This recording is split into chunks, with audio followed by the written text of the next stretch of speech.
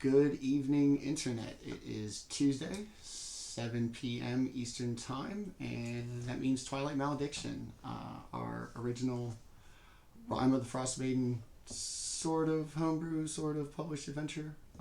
Continuing series, episode 9. I am Manny at GrowedUpGeek on the social medias. I am your host and dungeon master this evening. Joining me, as always, are intrepid players. I probably say this every week, but we have a lot to get to, so real quick, we'll jump to character intros, do a quick recap, and then jump right into it. So let's meet our fabulous players. Let's start with our cleric, Dustin. Tell us about Kelroth. Kelroth is who I am playing. He is a half-elf cleric of the life domain. Is a bit of a pacifist. He mostly is trying to figure out what happened to him in his past and stay out of trouble. That's what he's trying to do. Be the good soul and keep others out of trouble as well. Very nice. Let's go down to our curious, smallest member of the party. Landon, tell us about Orryn. I'm Landon. I'll be playing Orryn tonight. He's a rock gnome artificer, and last session he got some news about the possible whereabouts, or at least a lead on where to find Sindri, his lost friend. But given the reports of Jaatuuli's tribe possibly being Aura worshippers, he thinks that maybe that may take precedence. So he has a bit of a internal conflict today. Well, I wouldn't be doing what I do if there wasn't a lot of internal conflicts amongst you, so glad it's working. We'll start with our honorary member who surprised us with his presence this evening, whose wife just had a baby this weekend. Our dad for the second time. Lewis, tell us about Baldr. Congratulations, buddy. Thank you. I'm Lewis. I'll be playing Baldr, who is a Court Azamar monk, and he is trying to, do better in this world to prove himself in his. Alrighty. And last and not least, and potentially the focal point of the session this evening, or at least the driving narrative force, Tenta, tell us about Jaatuuli. I'm Tenta. I'm playing Jaatuuli. He is an ice lizard barbarian that is a worshipper of Cryovane, and he just recently found out that his village has stopped the worship of Cryovane in favor of the worship of our enemy. And it's not a very happy day for Jaatuuli, who's not really that happy anyway. Dun dun dun. Family strife. Alright. So, I'm Manny, your host and dungeon master at GrowedUpGeek on the social medias. So, last week, the party broke in to a house belonging to a member of the Arcane Brotherhood, and inside discovered a very, very lavishly appointed place with some books on the Netherese. What appeared to be a journal that our gnome artificer just could not resist. Opened up, took a little spike of psychic damage, blew the pages everywhere, and with one page that remained, it was a quick summation of what she had been able to learn before her disappearance, at least, and an ominous warning about the somewhat ever-present villain Harple, that, as if the party needed any more motivation to question hers, it flat out said, "Don't trust villain Harple." After parting ways in a very kind of standoffish wizard kind of way, the party set out across the tundra, met the redhead Goliath barbarians once again, possibly trailed by a creature and reached a iced over merchant treasure ship frozen in the ice upon arrival, and something kind of smashing around in the hold. The monk broke through some boards. The barbarian shot the gnoll in the face, and a weird kind of reaction took place where the kind of right where the arrow went through the gnoll's skull started to burn and fade away into ash. The party jumped up into the boat, looked around a little bit, and eventually came to some treasure hoards, one of a bunch of coins and jewels in the captain's cabin, and a series of art, sculptures, a couple of miscellaneous adventure type stuff in the hold that they were instructed by Cryovane, the white dragon of Icewind Dale, to leave the stuff that he valued the most, and that they were free to take the things that didn't matter. Our dragon visitor, instead of wreaking havoc upon the party like he did with so many Flaming Fist mercenaries on the way to the ship, took mercy upon them for the presence of one of his worshippers. Is that fair? Okay.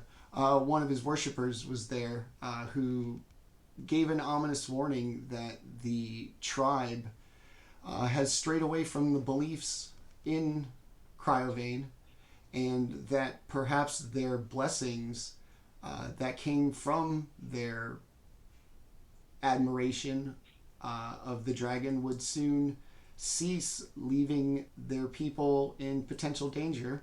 And on top of that, they found out that they were shifting to oral worship. That Jaatuuli's brother, now at least temporarily in charge of the tribe, or at least in a position of authority, has steered them towards oral worship in the belief that her power is tangible and ever growing, while Cryovane is aloof and doesn't protect the people like he should.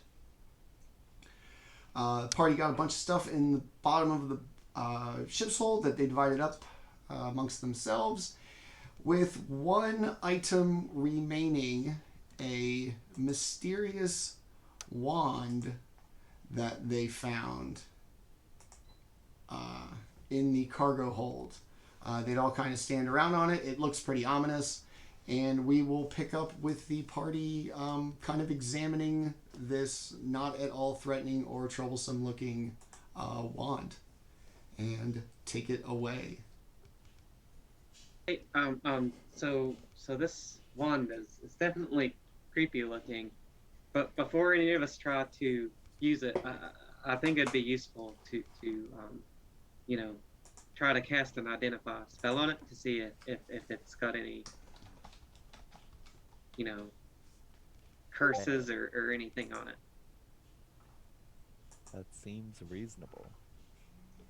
Now I Doesn't I look can friendly. I can do so, but I won't be able to until I have a chance to, reset my little devices. I don't have that sort of magic prepared on me at the moment. That's fine. I suppose we can just take it. Yeah. If somebody wants to hold that. Ooh, I want to. Okay. All yours. But if I start acting crazy, just I'm small enough. Just make Jaatuuli just like tie me down, and then you just carry me behind. I've heard Jaatuuli is always hungry, so. Don't let his fangs near me. Just kidding. Just kidding. Tie me to his backpack or something. No. That'll We'll don't worry about it. I mean, talking about like crazy, scary, cursed things, we still have this sword. Yeah. Kind of like with some cloth. I put it on like, I don't know, the ground in the area. And I'm like, I don't think any of us are gonna use this. It doesn't seem very friendly. We heard voices when we touched it last, so I think we could leave it here if none of us really intend to use it. We don't have any magic to like change magical items. That's too beyond us. So I don't. We wouldn't be able to do anything about whatever's bad about this. Do you think our friend the blacksmith could look at it? That's possible, except for like, I guess we can see it because it's on the table. It's kind of just ice, isn't it? Jaatuuli can smash it. You can try. Magical items are usually really hard to destroy. And I I don't don't see any volcanoes close by. Yeah. I don't know. Anyways, I'm just putting it out there. I don't know. Also, it did sound like something was following us, and I just remembered we are also carrying this sword too. That's another thing that could be. I mean, if this being is truly a god, us walking around would be well known to it long Yeah. before. That's true. I doubt a sword would be giving us away. Now, if we were to use the sword, maybe. Maybe, yeah. It is like, and if somebody knows about the sword, they could maybe like cast magic to find where the sword is. That would lead them to us. That's not very complicated magic, so that's possible. Anyways, I know that it's clear that the dragon that we just saw doesn't like Arl, and he'd probably protect anyone trying to get this sword. You mean kill Or them. kill anyone. Yeah, protect the sword from being gotten by. That's what I meant. Yeah. Anyways, I'm gonna leave the sword here. If any of you want it or decide you want to do something else with it, it's up to you. But I'm done carrying this sword. The really important thing I think to talk about, is whether we take the sword or not, is what to do about Jaatuli's tribe, because a bunch of hobo-looking people who just don't have any clothes on. That's one thing. That's not so much a threat to society, but if Arl has a group of trained hunters and warriors that don't need armor to protect themselves, I think that could be a real threat to the 10 pounds. My tribe would be very dangerous in the wrong hands, especially in the Icewind Dale. Yeah, so Yeah, I think Go ahead. that's an urgent matter to attend to, because I know you're very formidable yourself, and I can only imagine what facing a tribe of you would be like. It would be a conundrum. Many missing faces. Yes, many missing faces. It is. I mean, we're supposed to be here to deal with this Arl problem. Maybe we'll find out more if we go there and try and figure it out. By the way, didn't we kill a Knoll in here? It's It's in a different room, right? Yeah, it's in the it's in the back room. We're like in the middle. We're in like the middle hold, I'll throw the map up for the. and there's like a storeroom in the back of the boat, if I remember correctly. All right, so I'll give it a second. I throw it up on stream.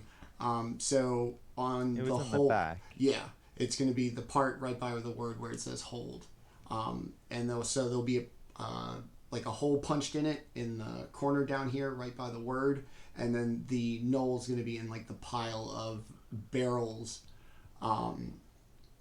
While down there, you do get this kind of like harsh ammonia and the smell of something burning. Very faint. The ammonia is very strong though. You smelled that as soon as you punched a hole in the side of the boat from the outside. Should we go investigate this other room with the knoll? See what that was all about? See if there's anything in there? We should definitely investigate the rest of this ship. If Cryovane, this is truly his a piece of his hoard or anything. There could be more useful things than just the few we found. Agreed. Sounds good. I'll go over and cautiously open the door to where the knoll was, the back of the ship. And I'll go towards the front of the ship. Okay. In the back of the ship, you're going to open it up. Just as you open the door inwardly toward yourself, immediately you're going to still see the knoll's feet. Basically exactly where you expected it to be if you saw it where it fell after it got shot in the face. Its head is almost all completely kind of... It's gone in one way or another to about like the jaw line. Everything seems to have kind of almost faded, disappeared. There's no pile of like goo. There's no gore. No bone. Just the It's like a face peel. yeah, but like I said, it's basically like a 3D printer, except it's stopped this far up. Okay. All of this is It's like gone. melting. Yeah, and like I said, there's a sensation or a smell of like something that had burned, and the room, as soon as you open it, fills everything else in the hold of a ship with just an overpowering smell of ammonia. Larg. Easily Jaatuli's best arrow. Yeah, I will sort of like, I'll wrap some cloak and kind of try and cover my mouth. I'm gonna look in the room. Is this creature like magical, or is this like a natural feature of a creature? Do I have any idea, or is this just like... Give me a nature check. Yes. Nature. 15. Knolls being pretty common, it definitely Yeah. does not look like a... Its coloring is not that of a traditional knoll, usually kind of brown or, befitting their environment. This one is a very striking silver and white.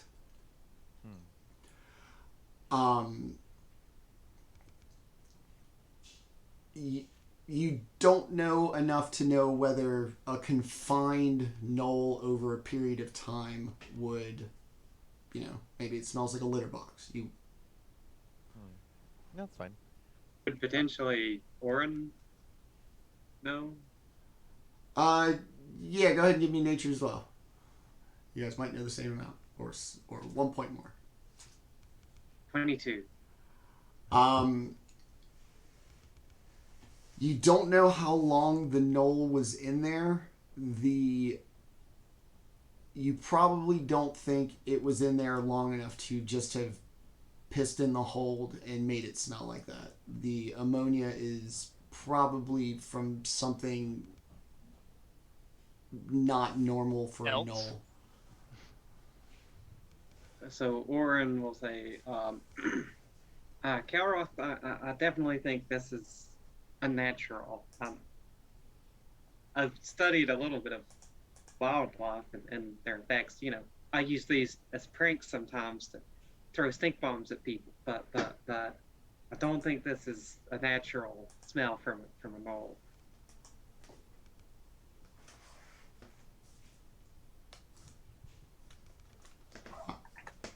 Jaatuli has nature knowledge.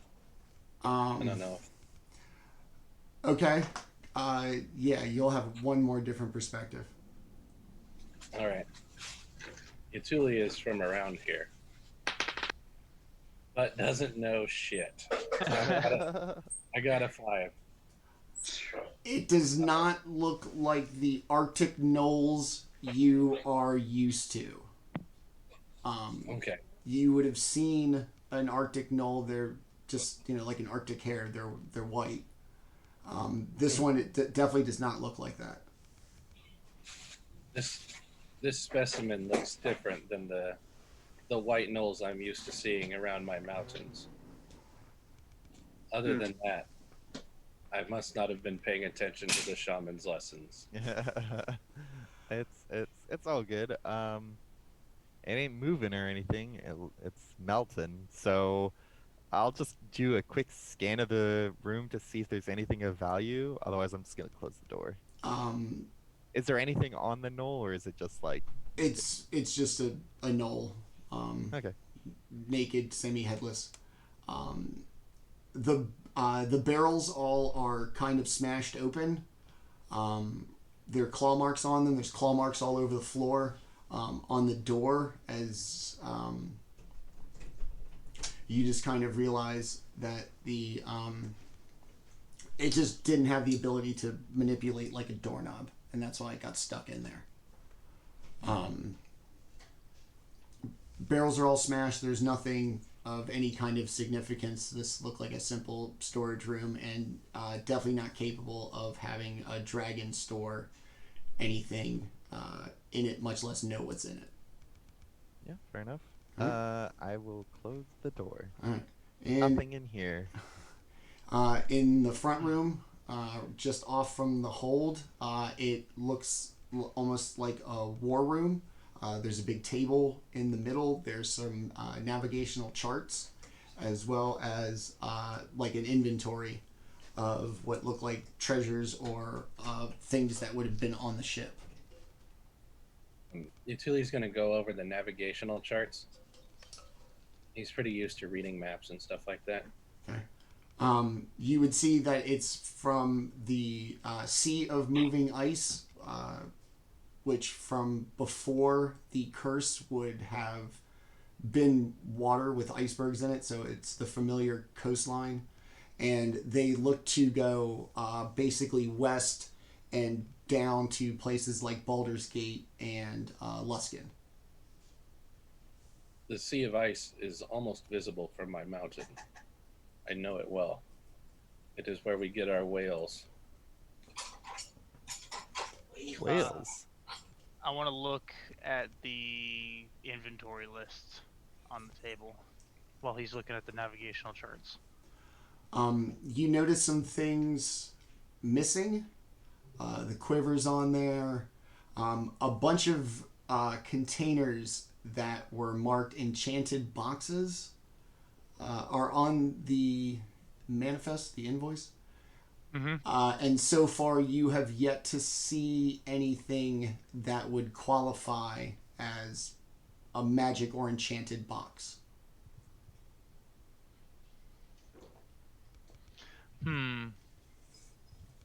Interesting. It seems there was more cargo. Something of quite value.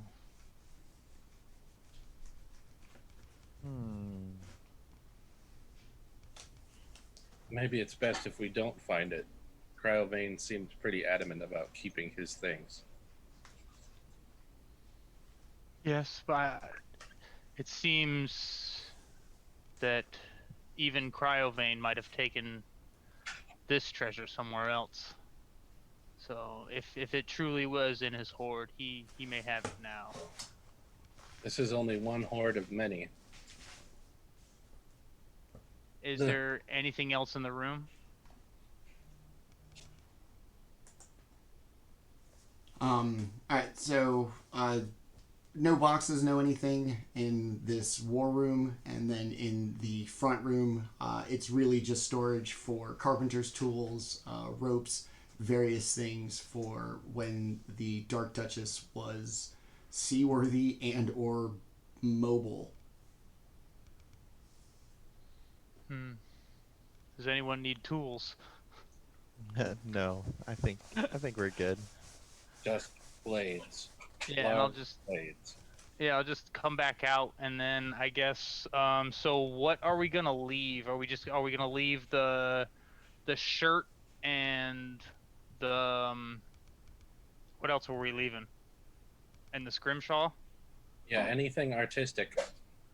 Alright, so scrimshaw we're leaving, and the mithril shirt, nobody wants that? Too small. It was a chain shirt, not the chain mail. Yeah. Yeah. I Mithril, mean, it's yeah, If we don't- I don't know. I mean, it's just one of those things that like if Cryovane was okay with us having it, we never know when it could come Yeah, I mean, having it to use, right? having it means, having it means using it. If we're gonna use it, it's a means to an end. Yeah. I feel like even if we sell it to get other things, I feel like it's still useful, but that's a little abstract. You I saw the feel- man outside frozen, correct? I feel if we do solve this problem, there will be many more magic items for us to return to Cryovane for his gifts that we take now. Yeah. We are going to return his fold, the best gift. I'll leave it up to somebody else. I mean, yeah, like I'm not opposed to taking it, but I don't know if we need to take it. So, I mean, is it better than the armor you're wearing? I mean, no, I'm just wearing heavier armor. It's good armor. It's very pretty. It is in the Venn diagram of where nobody needs it. Yeah. It's really useful for some people, Just not us. just not us. All right, so we'll leave that as well then. And All then Orryn's just gonna hold. You're riding with that wand, huh? You're gonna put all right. Oh, Hold that yep. tight. Yep. That's what I'm gonna tell you. That's it. Baldr's just gonna look at you and go, "Hold that well, for I feel it may be more powerful than we know." Orryn says, "Yeah, the aura that I was getting from it seemed, like necromancy and a wand seems very interesting. So I'm definitely going to hold it tight and make sure no one gets it. I'm Sounds- strong. No one will pull it from my hands." Yes, strong. All right, buddy. Yeah. So you've now searched pretty much every inch of the ship, decided what you were going to take, whether it's a good idea or not.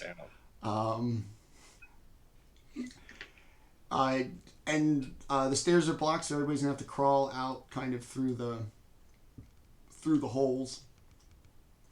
You make your way out, back down the snow embankment onto the sea of, or what used to be the sea of moving ice, past a lot of frozen, iced over Flaming Fist mercenaries who were probably waylaid in a cryovane attack for them coming to take his stuff.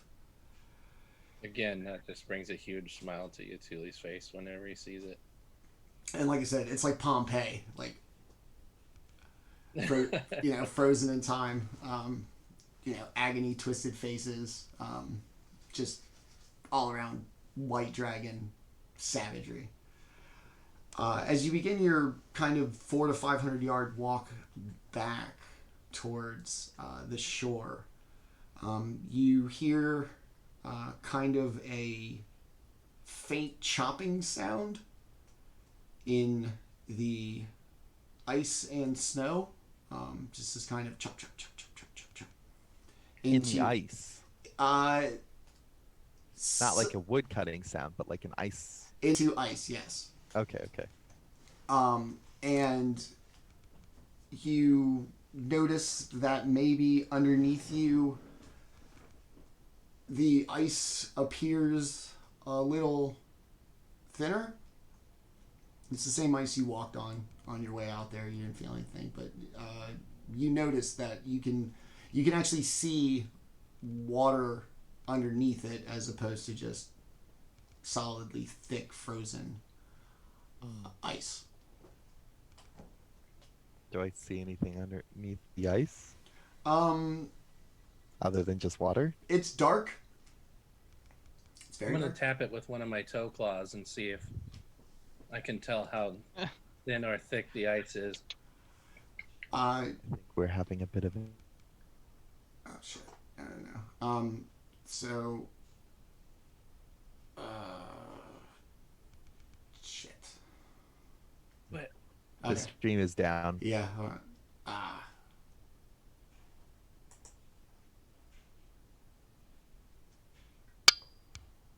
You did it, Landon. Give us all the free stuff. You The get a attempted- +3. You get a +3. You get a The attempted dungeon master coup. Okay. Now, are we back? Hold on. According to reconnecting.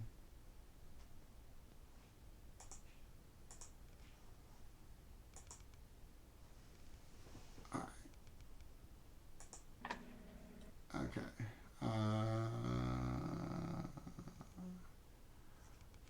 All right.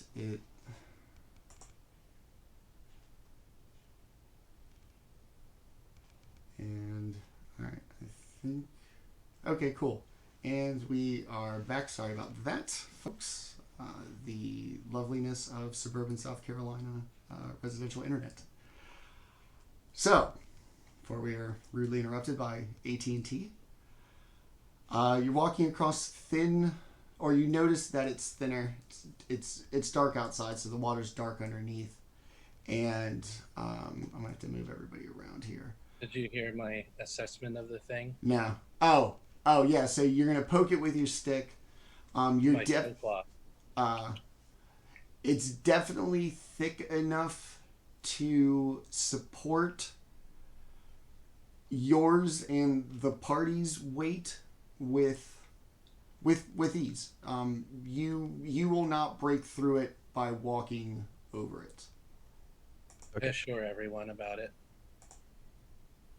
Orryn says, I don't know. I take some pretty heavy steps. And he just kind of prances along the ice.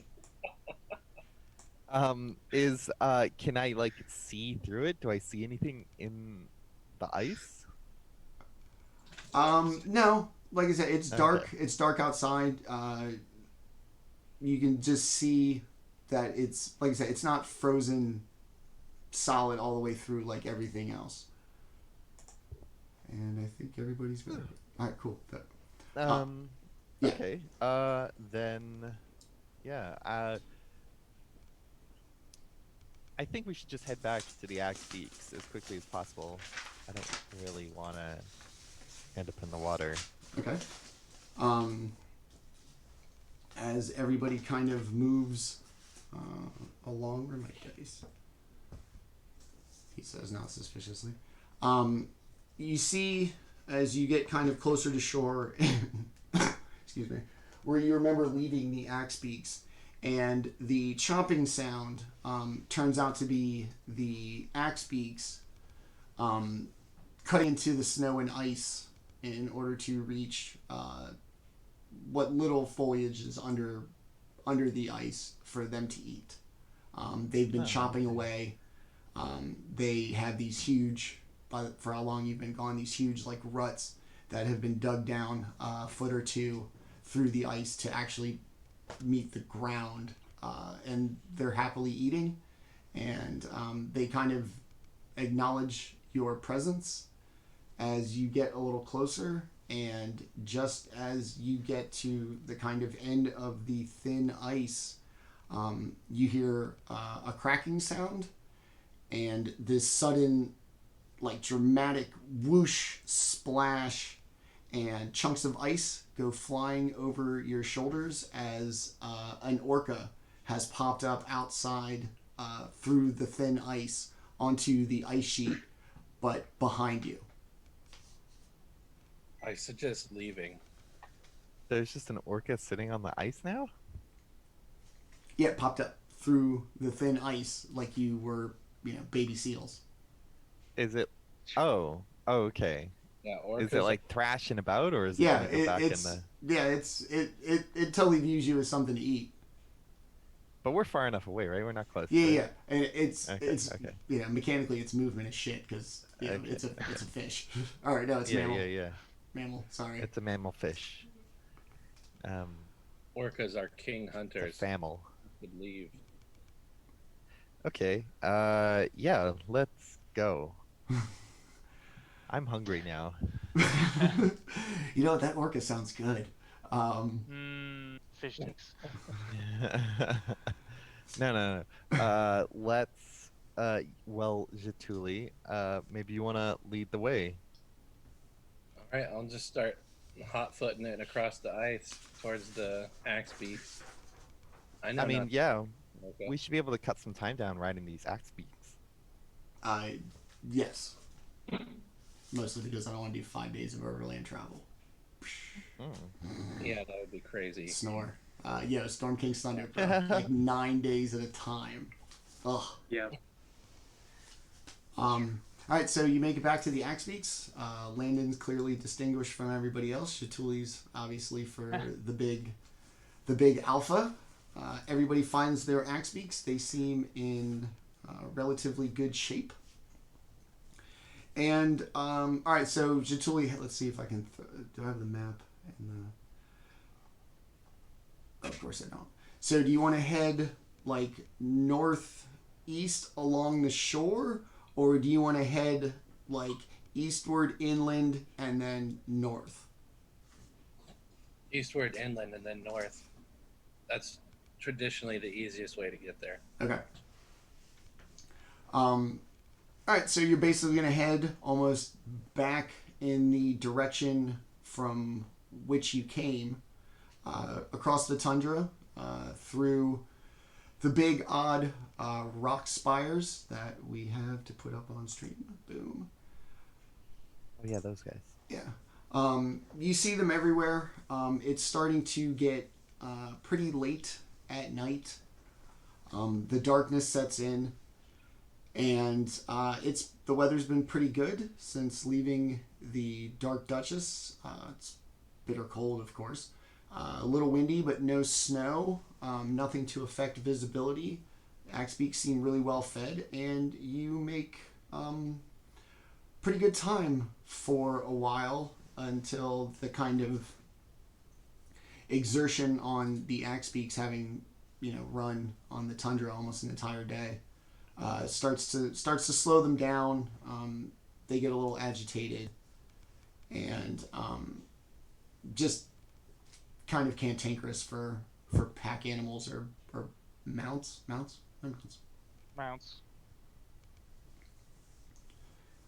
Kind of both. We're aren't using them as mounts. Yeah. Yeah, we're definitely using them as mounts. They got saddlebags. Mm-hmm. All the weight from the coins has been also kind of a strain on these giant emus, basically pissed off chocobo emus. I'd figure we would put the heavy stuff on, like the I guess the money would be on Landon's. Yeah. Oh, I get it. Okay. Balance Just out the like weight.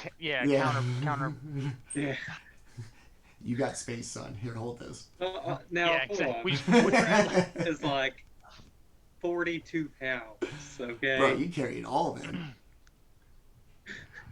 You definitely can hold the And some more. the 500 gold we found in there. So, like I said, at a certain point, it basically just kind of ends up almost, your circadian rhythm's going to be completely screwed. You haven't seen the sun in 4 or 5 days, I think. However many. Hold on one second. My camera. Actually, don't worry about it. Don't look at me. So. Don't look at me. Don't look at me. I'm here. He is. Damn. So they get kind of cantankerous and eventually just kind of start panting and huffing, as if they are tired, and having traveled all day across the tundra, dealt with a dragon, divided up some loot, made some poor decisions, some good decisions. You also seem to be getting tired as well. It's almost been a full day.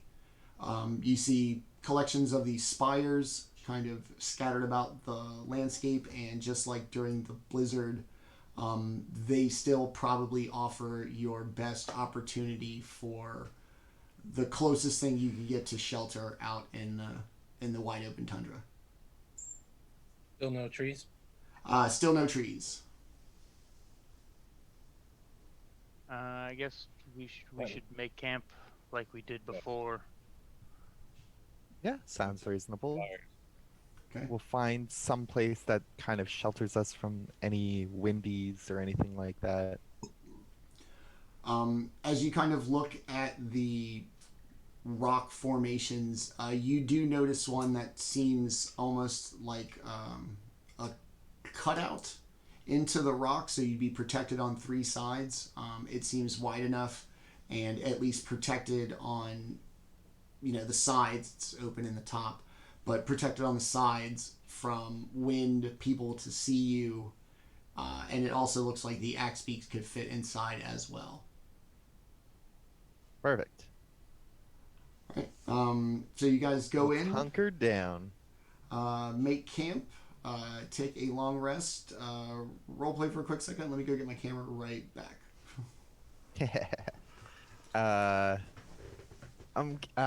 Well, conveniently, I will approach Jaatuuli and I'll just say, that was impressive. You actually, is that dragon a god? Like, or do you just follow him because you believe in his power? Or I'm confused. I'm not good with this kind of stuff. Many generations ago, we saw that power and decided that it was what we wanted for ourselves. So you'd like to become a dragon, or just be as strong as a dragon? As we could never become a dragon, but if Okay. we're strong as a dragon, then we will maybe endure as long. I don't know. Okay. I've heard very strong magics that I don't know anyone who would be capable of casting this type of magic, but I've heard some people have magic that could actually turn you into a dragon. I've read it in books back in Silvery Moon. If I were a dragon, I would harrow this land clean. Well, please don't do that, because some of us they gotta live. Not you. Well, thank you. Everyone else. Well, that is acceptable. Does Cryovane, is that what it lets you channel your rage so effectively? Cryovane is what keeps my cold blood from freezing. Oh, interesting. That's I why guess that makes sense. There isn't very many lizards up here. Yeah. My tribe is the only lizard folk to ever dwell in these lands. Most lizards prefer warmth. We do not. Interesting. No heated rock. So, are you guys going to set up like a watch? And we do the math that everybody's watch still with either both sides of their sleep or through the course of their watches, everybody gets the requisite amount of time for a full rest. Yeah. Okay. So I only need 4 hours to get a full rest. Okay. So I guess I would take the first 2 watches. Yeah, because like you, for a long rest for regular peoples, you need like 8 hours, but only 6 hours has to be dedicated to like sleeping. Okay. The other 2 just has to be not. You have to be doing nothing strenuous at all, so you're just kicking back or Chilling. watching. Yeah. All right. So I was like, God, Yes. the math and gets all since I'm screwy. The math gets all I don't screwy now. actually sleep. Yeah, I mean, we can divide up the watch. Okay. During my watch, whenever I do take it, I will make How many that watches do we need? 2, 3, 3. 3. One at the start, one in the middle, one at the end. Yes, and then Okay. It would be 3 watches over 8 hours, so that everybody plus their watch gets their 6 plus 2. However it works. I'm sorry. Sure. I'm Yeah. going too much Yeah. into it. Okay. It's not like put a stopwatch on this. Yeah. Let's. Okay. Well. I can take the first watch. I will I'm not- take the last watch. All right. And then Baldr and Orryn together in the middle? Yeah. Okay. Yeah, Sounds and good. Orryn will identify the one during that as well. While he's bored, just watching out for anything. Okay. Alright, so Jaatuuli, Baldr, Orryn, kind of secure in this little rocky formation. Go to sleep. You guys started a fire while I was kicking my webcam. Yeah. Yes. Okay. After that, yeah. So, little fire burning, pretty protected from the elements. Kelroth, you were going to, sit in the opening? Yeah, I'll just sit out in the opening, try and snuggle up in my warm blankets and stuff, or bedroll, but stay awake and Stare out into the void. yeah, just keep my eyes open, Okay. my sharp elven eyes. Yeah, your crazy high passive perception. Yeah. So during the first launch, you remark at how still it really is. It doesn't appear to have any real kind of animal traffic, as quiet and as still as it is. There's no real reason for animals to not kind of go about. You don't see anything. You don't hear anything. It is just the wind and nothingness for almost the entirety of your watch. Probably the only sound you hear is Jaatuuli snoring. Did I get that right? Snore, probably. He had a big alligator mouth. He'd snore. Yeah. All right. So, a big pair of shoes behind you, snoring like a champ, is pretty much all you hear, aside from the wind. And I did forget about this too, but I do have that homunculus servant Okay. that'll help keep watch too. It can kind of be like a sensor, sentry or something. Stick it out in the cold. Good luck, buddy. Hope you don't Yeah. get crushed. As you get kind of towards the end of your watch, you hear the familiar howl of a wolf. Okay.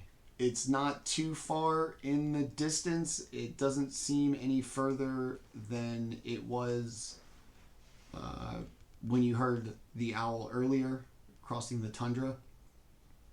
Mm-hmm. But it is very distinct. A wolf howling out in the darkness. Okay.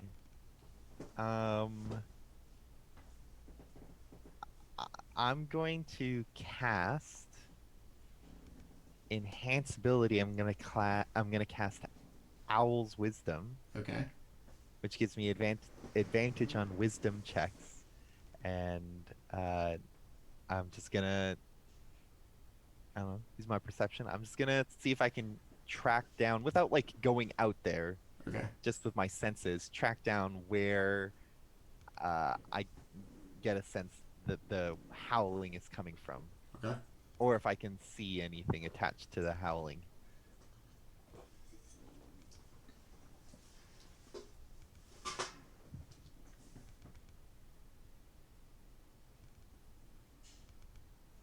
Should I roll? Yeah. Oh yeah. I'm sorry. Oh, okay. Yeah. Go nuts. Just 17. As you have heard the wolf maybe 3 to 4 times, it does the sound appears to come from a different place, relative to your view out the front of the little alcove. Like what was once way off to the far right is now a little bit more towards the front of you. And now over the course of maybe 45 minutes to an hour, the howling has changed locations. Hasn't changed pitch or anything. It doesn't seem to be louder like it would be closer. It just seems to be moving. Okay. I'll just, I'm just during my watch, I'm gonna pay attention, uh, and but like I'm not in any immediate like worry. I'm just like, okay, there's some wolf or wolf type creature out there. I'll pay attention to that. Okay. And if nothing else happens, when my watch ends, I will let whoever is next. Orryn. Jaatuuli's next. No, Oh, you Jaatuuli's were last. Yeah, I thought you were going last. Oh, I thought this was last. I thought this was middle. No, Yeah. I'm no, first. we're going to the middle. Yeah, Okay. I'll just let those two know that it's not anywhere nearby, but there is some sort of wolf type creature. So just keep an eye out for something like that. Okay. And that is all. You pass your warning off to Baldr and Orryn. And how are you guys going to sit? How are you going to do your watch now that Kelroth has informed you that at least there is a wolf outside, and he believes it to be moving? Orryn is going to have his homunculus servant kind of go up to one of the little spiky, maybe not the very top one, because I don't want it like in the middle of the snow and everything, because then probably freeze, it's metal. But like maybe on top of one of the spikes, kind of covered, that would be preventing being snowed on, where it would have a little bit of a height to see. Basically, it'll just come down and alert me anytime I should be suspicious. And while it's doing that, I'm going to be ritual casting Identify. Okay. And So- I'm gonna on the be wall. basically like take Kelroth's spot in the mouth Mhm. Okay. of the horseshoe. All right. So what's the deal with your homunculus? How far can it see? So it just got a perception of +4. It has dark vision of Okay. 60 feet. Okay. So Okay. Does it have a passive perception? yeah, that'd be 14.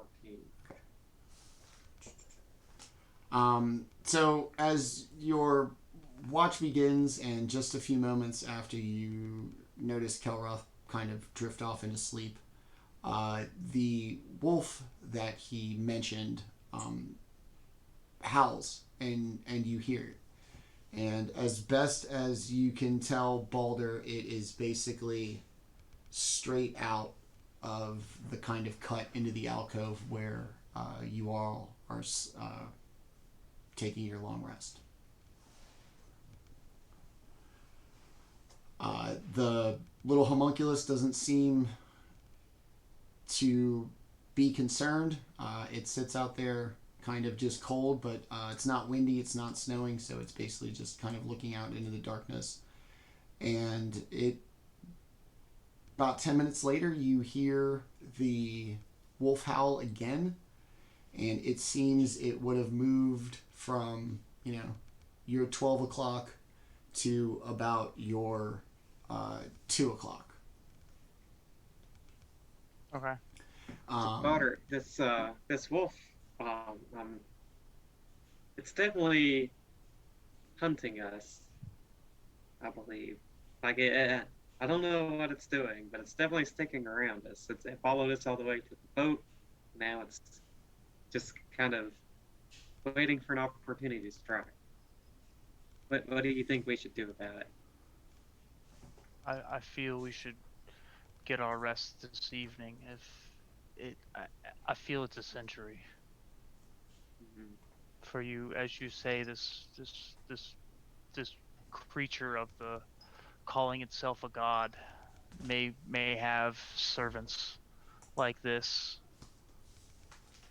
If it doesn't make a move, we shan't either. That's an excellent point.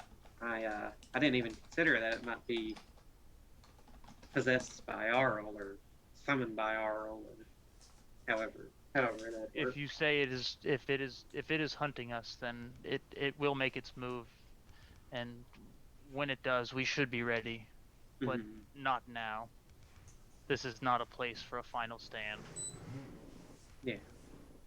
All right, I'll get back to working on this one, and All right, so go ahead and give me an idea of how your how an artificer's ritual casting of identifies would go. So I'm thinking that for him, it basically would look like a magnifying glass that, and you know, he has like tinker tools, so he has a magnifying glass helping look at all the individual magical enchantments of the thing. It's a 10-minute ritual cast, you know, like normal ritual casting, but.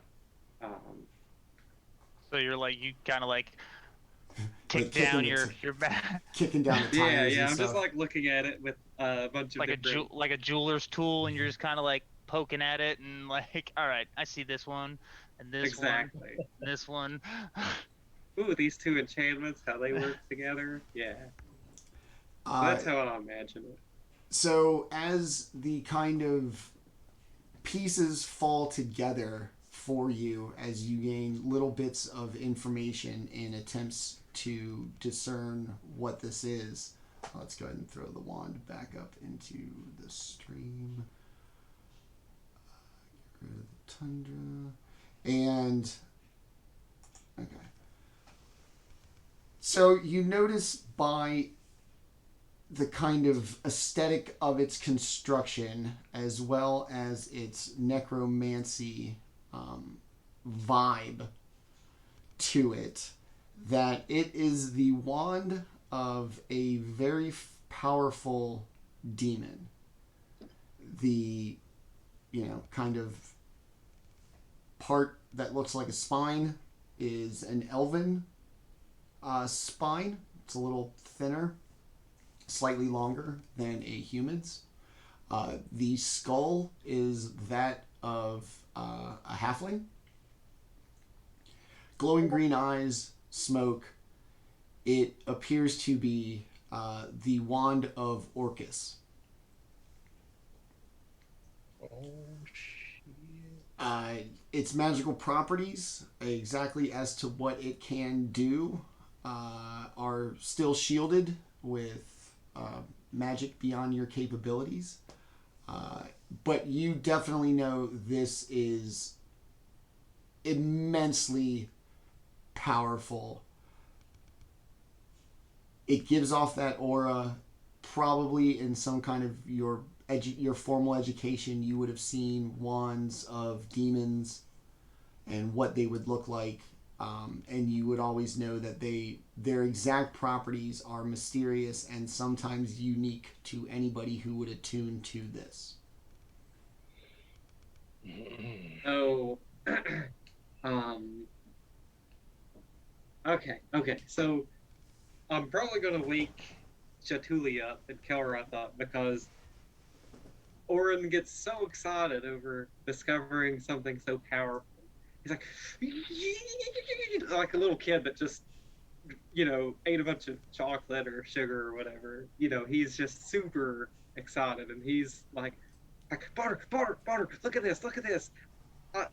This is a wand of a demon. It's a I guess he wouldn't know it's the wand of Orcus per se, but he's like I can't tell the exact properties of it, but it's so powerful.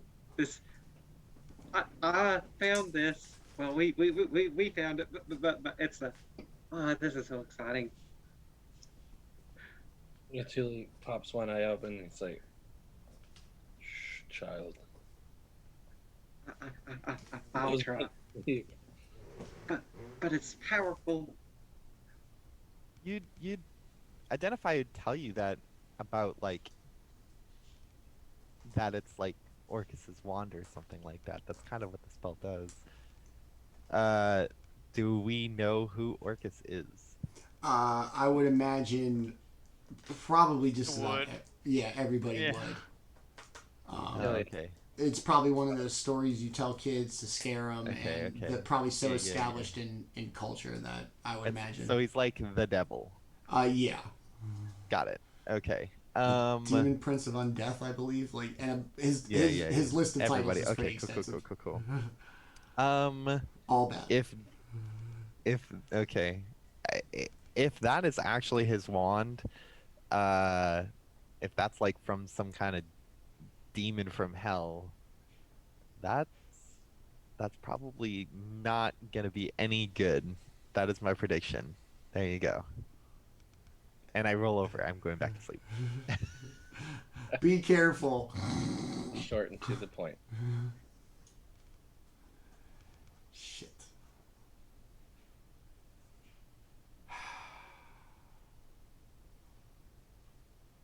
Like, I'm focusing. There you go. All right. We are offline. Okay, hold on. And I think we're good to go because Zoom didn't drop. Yes, my internet connection is unstable. There we go. All right, cool. I was like, if we drop again, we'll go off the stream. We'll finish the session, just us, and then we'll upload the stream to Twitch. So, Okay. So that's all right. So the wand very clearly bad as far as everything. The identify spell told Orryn. Did he learn like what it's capable of doing?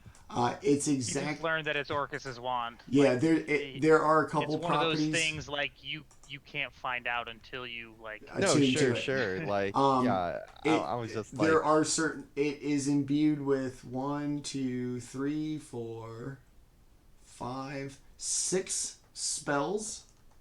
okay. Yeah. It grants a +3 to AC while holding it. Man, any of my other characters would have loved that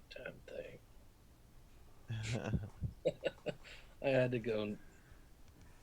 And then its exact properties often shape themselves to the user.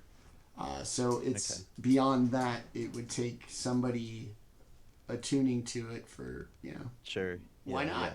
yeah. To Why really not? Let's get get its. damned. Yeah. All right. Kelroth is dead. I'm gonna reroll a new evil sorcerer right now. Kelroth made too many. Just like, yes. What could No, go wrong? I've been careful this whole time. I'm going to treat myself. Boom. Yeah, no. Well, that's a problem for when I'm not sleeping because I went back to sleep. That's a wake up. Him just kind of like saying, like after he identified it, after he says it's the wand of Orcus, I kind of want to look over at him, and I want to ask him to hold it. Ask who to hold it. I want to ask Or to just hold like shows it to Baldr, like so happy about finding it. It's like, look at it. So I take it from my hand. I take it from his hand and I hold it in my hand. And as you see, me take it in my hand, the same energy before, which while I did in trance, I now do just kind of like standing there before you. So you just see like this misty, dark and light blue energy just kind of like start coming off of my bodies in like these tendrils like all around me. And I'll leave it to the DM because he knows what to do now. Or just watches in amazement. Jaatuli's eye pops up and I'm watching but not saying anything. A almost booming voice that everyone can hear. My son, this is an item of exceptional cruelty and hatred. It bears no place in the arms of the civilized or the just. Only one being in this land craves such a thing. It would be most unfortunate if they were to get their hands on this. Keep this away from those who seek cruelty and from those who seek oppression.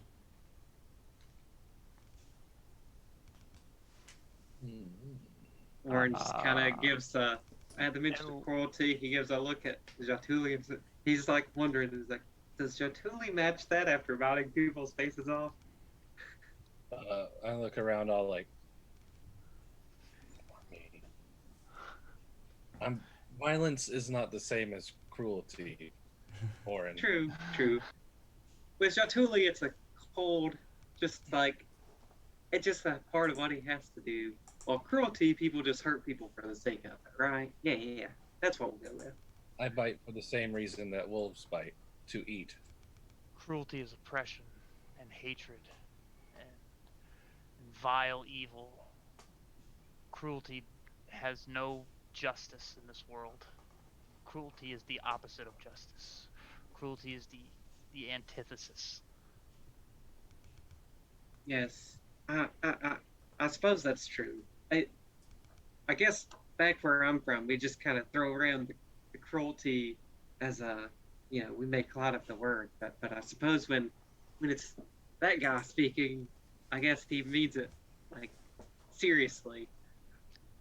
I believe you have what just happened confused. I shall inform you once our friendship has been more solidified. Just know that what just happened Was it your god? has never happened before. I have never heard his voice out loud. He only speaks to me inside. For him to contact, I have not heard contact with this being in 150 years. I just know that for the wand that you have, you must take all precautions to hide. If you're not going to use it, then you must prevent it from falling into the hands who will. And I want to give it back to him. Your problem now. Yeah. And I have advantage on wisdom checks for a minute. So so if anything happens in the next minute that needs like any sort of wisdom, you holler at me. But that's about it. And then I'm gonna finish out my watch. You're gonna hand it back to Orryn. Yep. And right as it gets into his hand, the wolf howls again, and the homunculus gives out a slight alarm. Is it like a stage thing? Is it just it goes off? So it's basically a creature. So it could just make some sort of non-common sound, or it could fly around.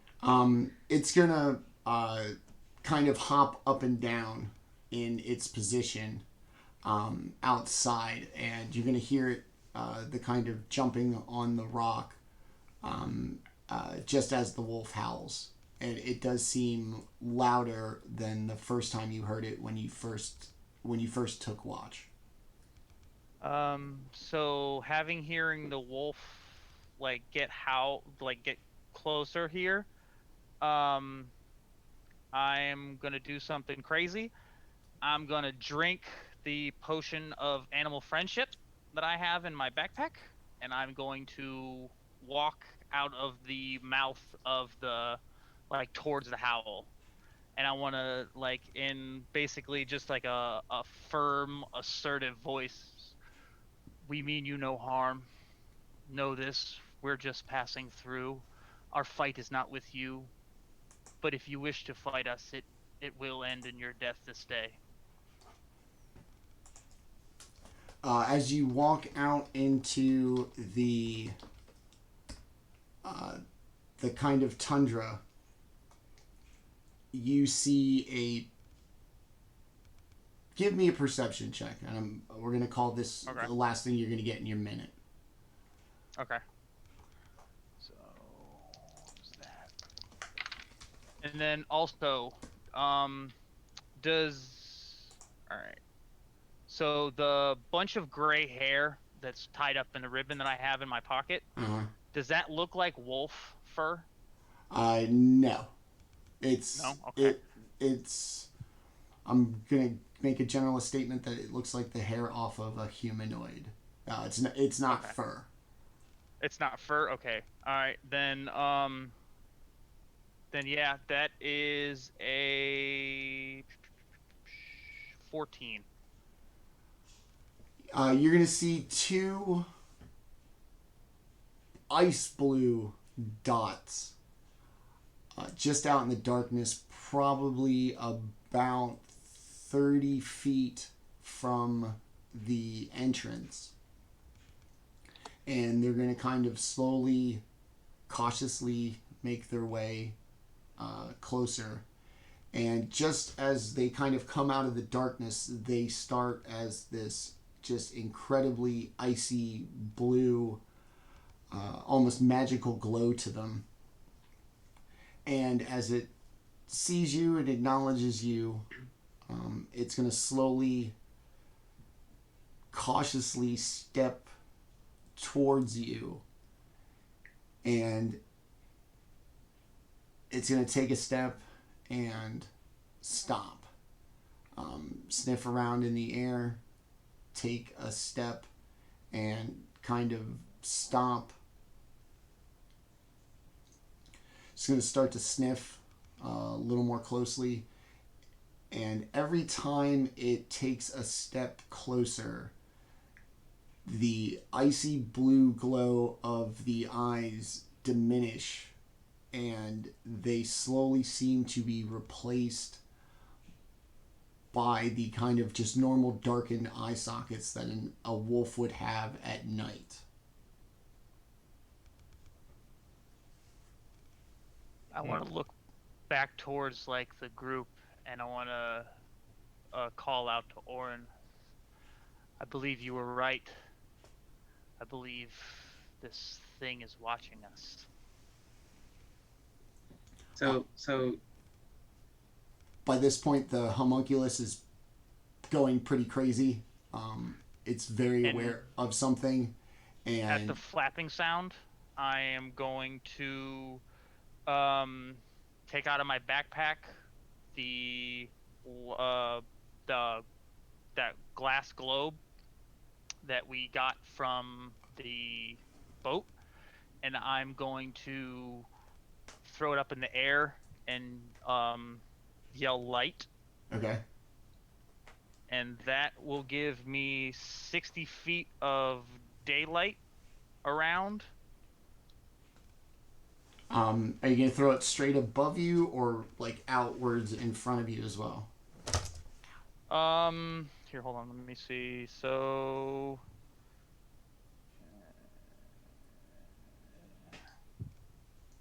yeah, it basically casts the daylight spell once I like throw it up. All right, so you're going to throw up this large orb. It's going to illuminate upon your word.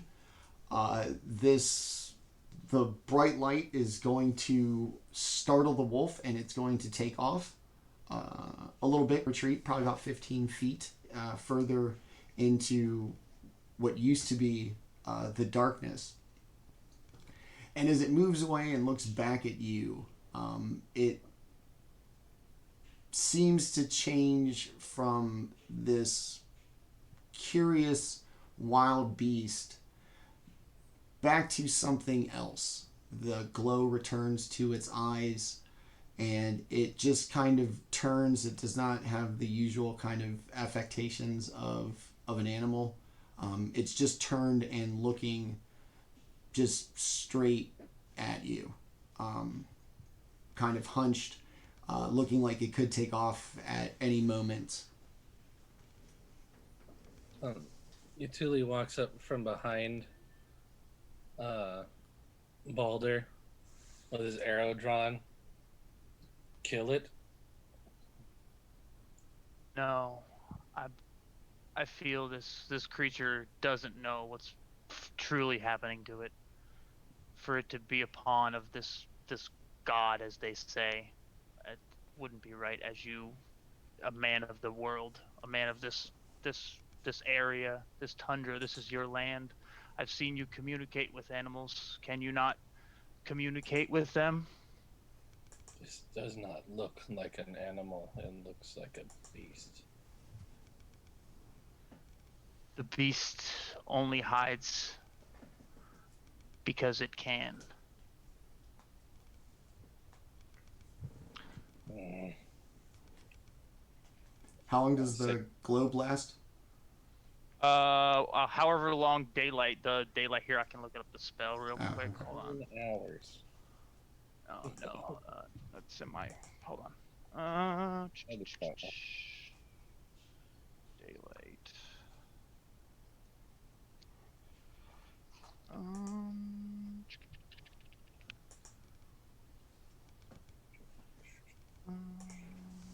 All right.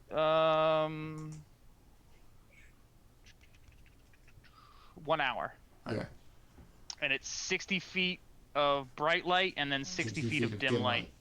Yeah. So the tundra out in front of this outcropping of rock is very brightly lit.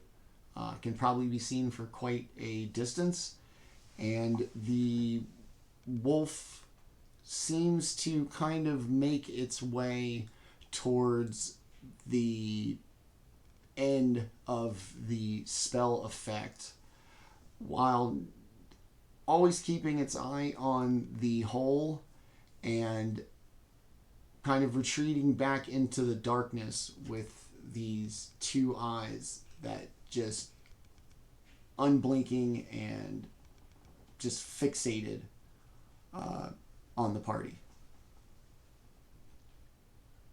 I believe we have caught the interest. Know that what we do is on the righteous path. If this creature feels threatened by us, just so much as to have its power shown like this, then I believe what we do is right and we should continue. Stick my head over his shoulder. Come on! Do something. The wolf defiantly howls and maintains its determined stare. The only break you saw was for it to tilt its head back to howl into the night, and once it's done, it's fixated right back at you. Just two glowing blue orbs in the darkness in the distance. The two yellow lizard eyes. Just firing right back at him. After several minutes, the wolf seems pretty much set in its course for the evening. It doesn't appear to move. It howls every now and again.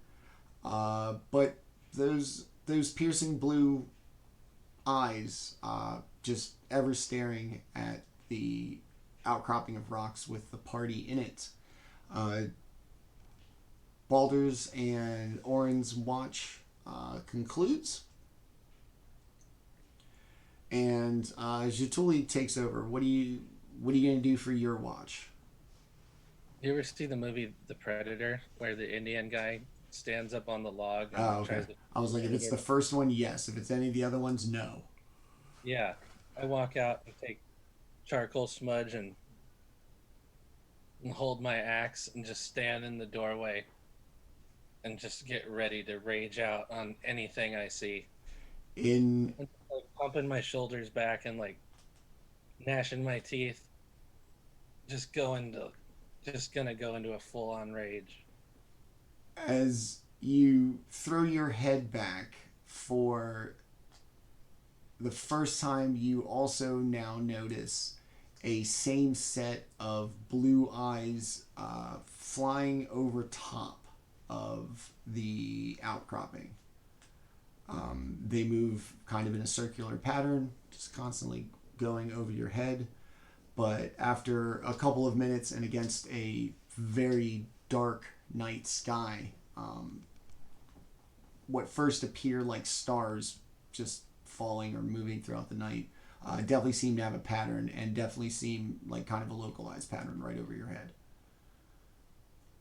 All right, I'll put my axes away, pull my bow out. Try and fire one off at it. Get out of here. The bird, almost as if it sensed an attack, maybe it knew, just effortlessly glides out of what probably was a well-placed shot. Probably not the first bird you've shot at in your day. And it just kind of expertly moves. It seems undaunted and just kind of continues to fly this slow pattern just above everything. After a little while longer, the bird settles in. The wolf seems to no longer be howling as morning kind of begins. The globe has faded and just sits out in the snow a couple of feet from the entrance to the cave. And as whatever kind of faint morning light Icewind Dale offers has kind of creeped out, the glowing blue eyes seem a little less vivid and a little further away. As if... What about that bird? What's that? Where's the bird? Still up in the sky. Still up there? Mm-hmm. Jaatuuli's getting pissed about this whole thing. I grabbed 2 arrows. Thinking about maybe shooting them both up at him. I'll look behind me and see if anybody's awake to like confirm my decision. If everybody's cool with me doing this, nobody say anything. All right, cool. You got it, fam. Nope, say no more. Yeah, no one Yeah, said Orryn's just sprawled out. it. Yeah, I'll go ahead and fire another arrow at that bird. Go ahead and give me a roll for this one. You seem determined to want to shoot at it, so I'm gonna give you the I'm gonna give you the chance. Wow, I shot like shit. I got a 7. So I barely looked. More of a warning shot. You're gonna hear the arrow go up, and after the probably requisite amount of time, you're not gonna hear it come back down. The bird is going to, at least the glowing blue eyes of the bird are going to be no longer noticeable, and at no point does your arrow make its way back down that you can tell. Weird. I say to myself out loud. I wonder where my arrow went. Is the wolf still staring at me? It's if you wanted to move further out into away from the outcropping, perhaps, but from a few feet in front of the opening, no. All right. Well, then I'll just walk back in and wake everybody up. Morning has come. A large lizard man is Grabbing your feet and shaking you. I hope you gently rousing you from your slumber. I doubt it, but I hope. No, never gently anything. Get up. Get up, squishy pig people. Boom. So you'll wake up. The axe beaks have recovered from sleeping with their heads under their wings. Warm near the fire. As they kind of wake up, they manage to, waddle their way out into the tundra and begin chomping up the ground again, just like you'd seen them do when you left them at the shore to head to the Dark Duchess. So they'll get to moving at their breakfast. Yeah, I'm kind of gonna reach into my pack and move to the one that I've been riding, and kind of like feed it some of the food, some of my food. Okay.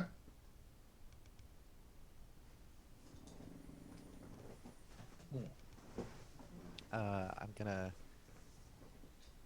approach Orryn. I'm just gonna say, since you're holding on to that wand, I think you should be very careful about deciding to use it. Um, but it's yours now, so you can do with it what you please. But don't get too excited. He That's looks all. at you with a smile. He says, "Don't worry, Kelroth. If there's one thing I learned at Silvery Moon, it's that artifacts are very dangerous, which means you have to have precautions. And that's why I'm going to let you get a little bit better at casting some miracles. And whenever you can cast spells that'll bring me back to life, then I will decide to attune to this thing. That way, if I die, it's not that bad." He says with like a smile, like death is I like that. see. I'm still gonna do dumb Um, shit, just not yet. Not yet. Yeah. Well, I need a little don't bit of exactly insurance. know. I kind of Don't like exactly know how that works. I kind of like How to work. chuckle at their conversation, and then like after I finish feeding my bird, I'm gonna walk over and pick up the drift globe and put it back in my bag. All right. And I'm just, yeah. Well, yeah. I mean, if you attuned to that thing, I could, if it's cursed and it does bad things, I could remove you from it, but I don't know what kind of consequences that might have to your mind, to your health. I can remove it from you, but I can't undo that stuff, potentially. Anyways, just be careful. Well, see, my thought is if anything, like if it takes control of my mind or something, and if you can just like bring me back to life, you all could kill me, ending my attunement to said object, and then you could bring me I back don't to know if life. it works that way. It sounds like you really want to get stabbed. It's very No, no, no, no, confusing no. me. I do not want to. What I'm saying is that I really want to attune to this item, but I am afraid Uh-huh. of it having some rather say- serious negative consequences. I say Okay, good. let's leave As long these as the bad fear is decisions there. for later, and get back to the matter at hand, saving Jaatuli's people. Yeah, yeah. Yes. Wasn't paying attention to the conversation. All of a sudden pops in and goes stabbed. Yes, yes. I mean, I'm sure Jaatuuli knows that sometimes, as a smart hunter, sometimes you have to be afraid too, right? A fear is what keeps us alive. Yes, exactly. There we go. See, a smart man over here. Yes. The barbarian and the cleric in agreement. Yes, yes. Okay. Well, yeah, let's pack up Write our that stuff one and down, because Are- that a few more times tops. Are we in hell? Because it's pretty cold after they agreed. well, I mean, It froze over. there's cold hell. There are many layers to hell. Some of it's cold. Yeah. So everybody makes their preparations. The axe beaks tear up a huge chunk of ground, and eventually you are off. Still kind of heading in an easterly direction. After an hour or two, you'd set out right in your window of sunlight. So you can see a little bit, and for the first time off in basically the extent of your field of vision in the distance, you're going to see forest for the first time. Jaatuuli, roll me a survival check.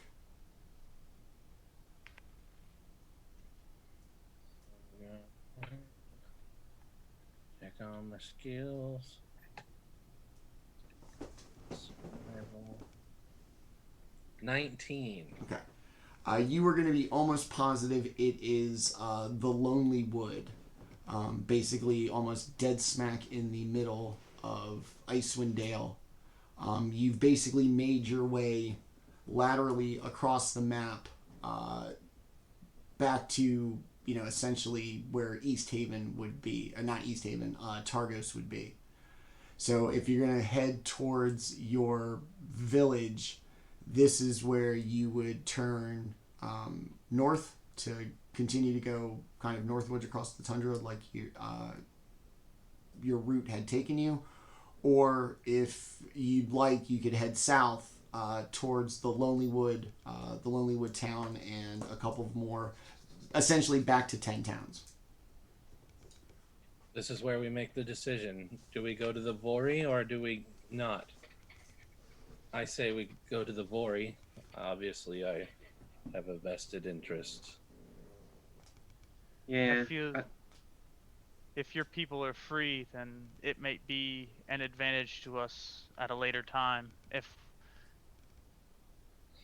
A few hundred grateful lizard barbarians may not be a bad thing. And a few hundred pissed off barbarian soldiers is not a great thing. So I feel like it's the safest option to help the Vardy try. Alright, so we're going to take the turn north. Oh, God damn it.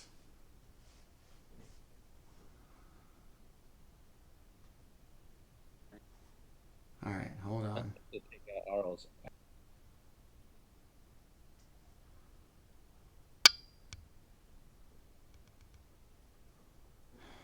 Have you ever played chess? Chess.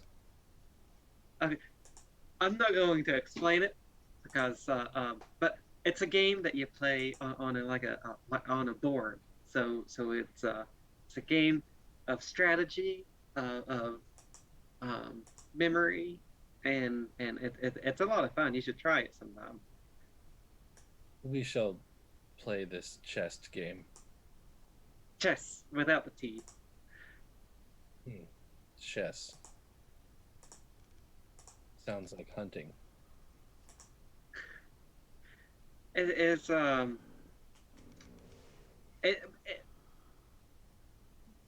kind of like a combat, right? But with pieces that you control. So it's all about the strategy you use and how you use those pieces. So it'll be fun, I'm sure. All right, so you're gonna make the turn north. Yeah, let's head north. Okay. As you begin to head north, off in the distance to your 2 o'clock, you're gonna see a kind of mountain sticking up out of the tundra.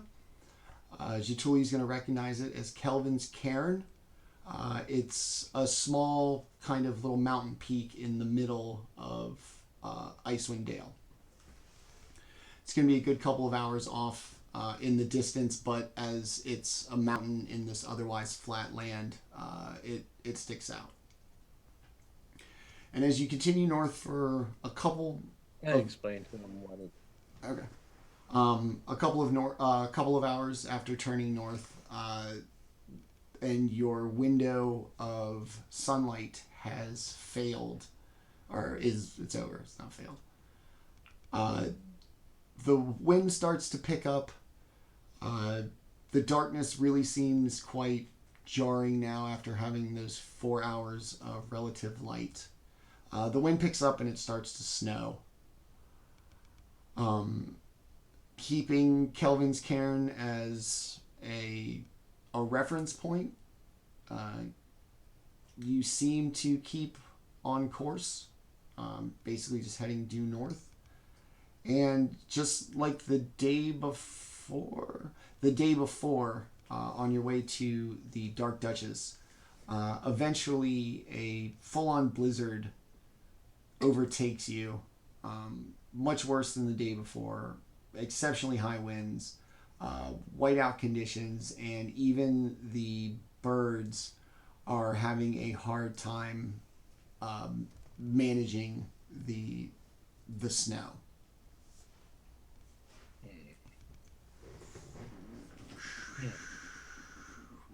Maybe we should hunker down for this blizzard. Chop a tree or two.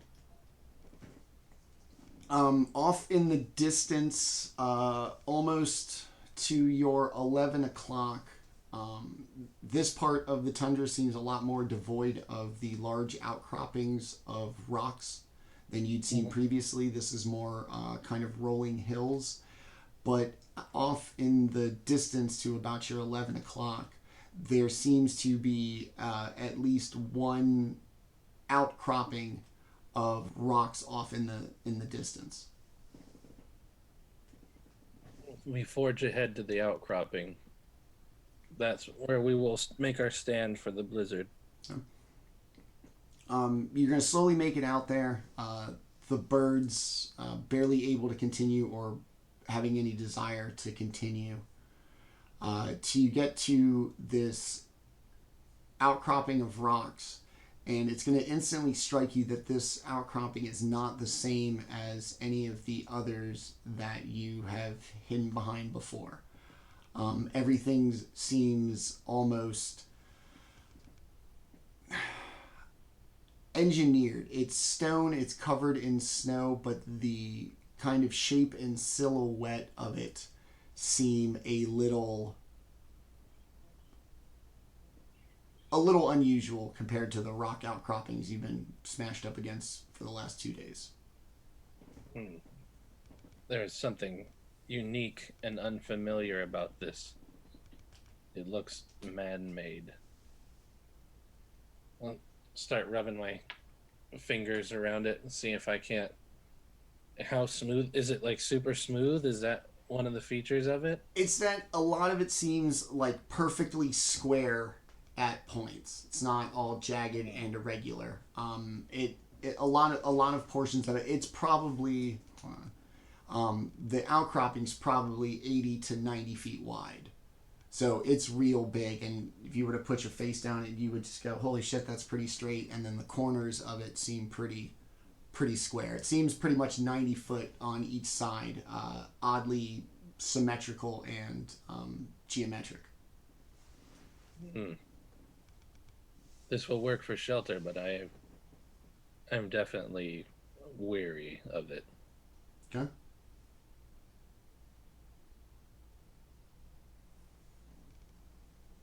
I guess we should make camp.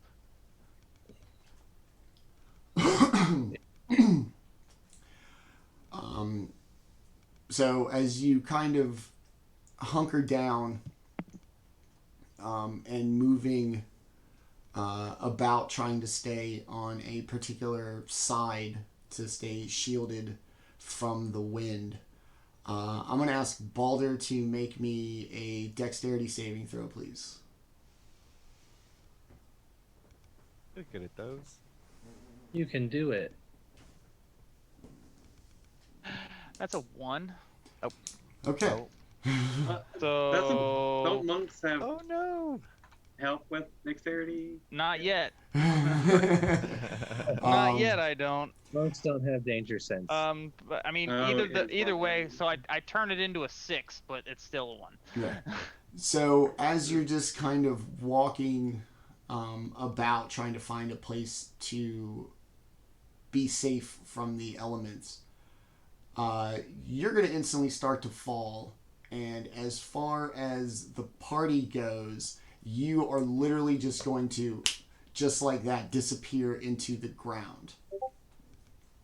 As you kind of realize what has happened, you're going to find yourself like sliding down this carved ice path that for your intensive purposes is going to act like a slide. And you're going to slide down under the ground and then kind of curve and flatten out into what is going to appear to be in this ice kind of cavern, a metal building with a door that's intact and a large hole punching outwardly to you right next to the door. So like something broke out of it. Yes, that's reasonable to assume. That's what it Yes. It looks like something burst its way out of the wall. Kool-Aid Man, yes. Oh, that's. Oh yeah. Can I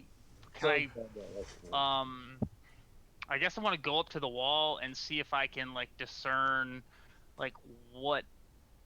Did we see him disappear? Yeah, like I said, 1 minute he's there, 1 minute he is absolutely gone. Just whoop, And Well, with okay, a, I with little, a, like, with a, white s- poof. I will with a 6 on a deck save, I imagine cautiously. there was some oh shit Yeah, cautiously head to where he disappeared and just like shout out like Baldr.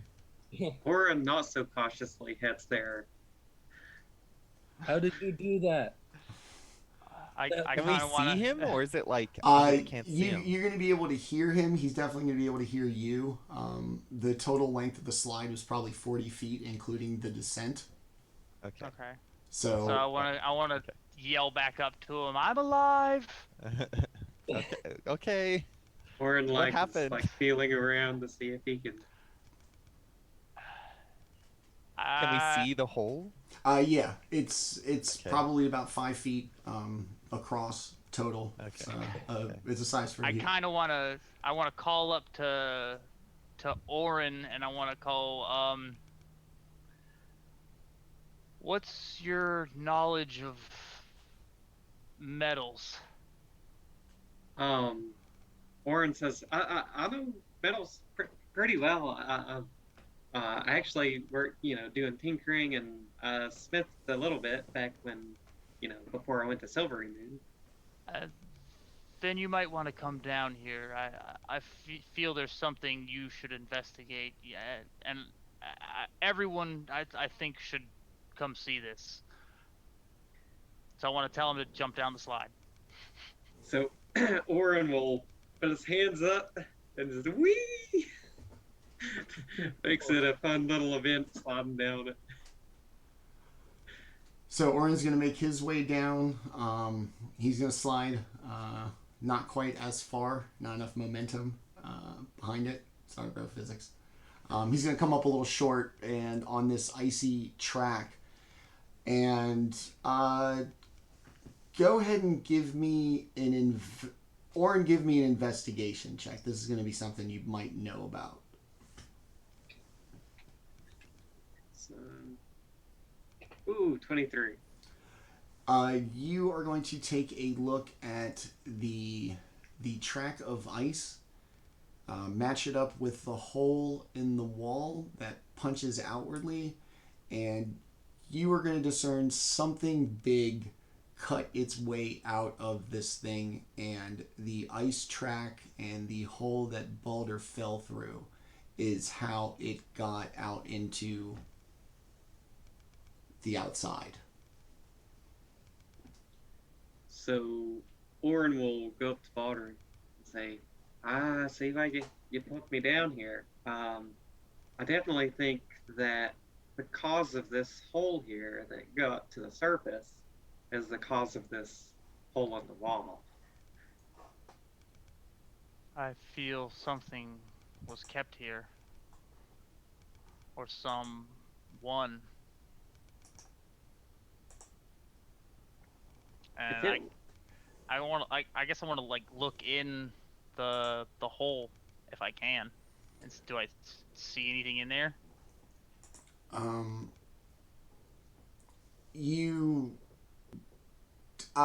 So it's going to be dark all on the inside, unless you really wanted to like step inside.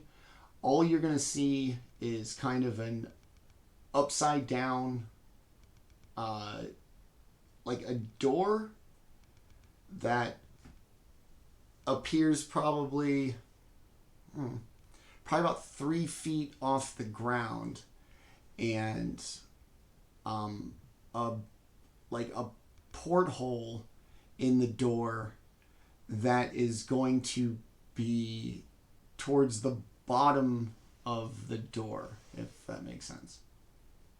As you're standing there, if you were to walk through this door, you would have to step over probably a 2-foot jam, and then just submarine door almost.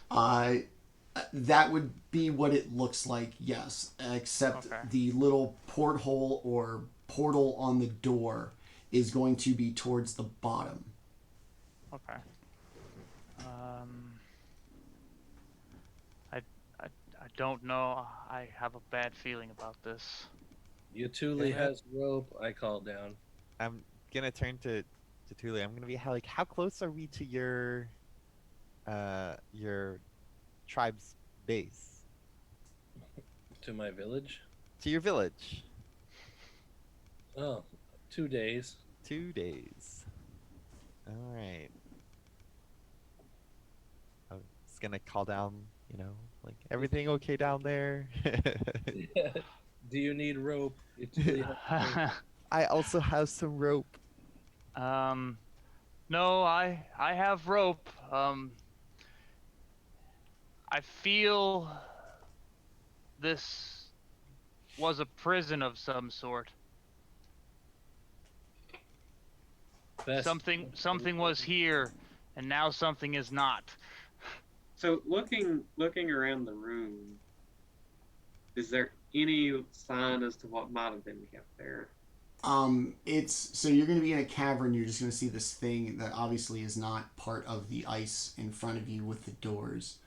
The metal and the general kind of look to it are going to be reminiscent of the arcane tower in Luskin. The metal used to create the structure, the shape of the structure, and a lot of the things are going to be reminiscent of the way the arcane tower was laid out and the materials that they used. Hmm. Mhm. Should we come down? I already told y'all to come down. You made the child go. Yeah, and then I said I told him he should come down, and then I also said you should come down. Both of you all should come down as well. Everyone should come down. But well, And Jaatuuli is there fit through the hole? is there a convenient way to get out of your slidey hole? It looks like with your ice shoes, you can just kind of climb up the embankment, and if not, It's not too bad. yeah, and Okay. with not much help, Jaatuli's head probably even sticks out of the hole without much effort. All right. Well, then I'll slide on down on my tail and use my hand claws to kind of direct my speed. As Orryn's kind of looking about,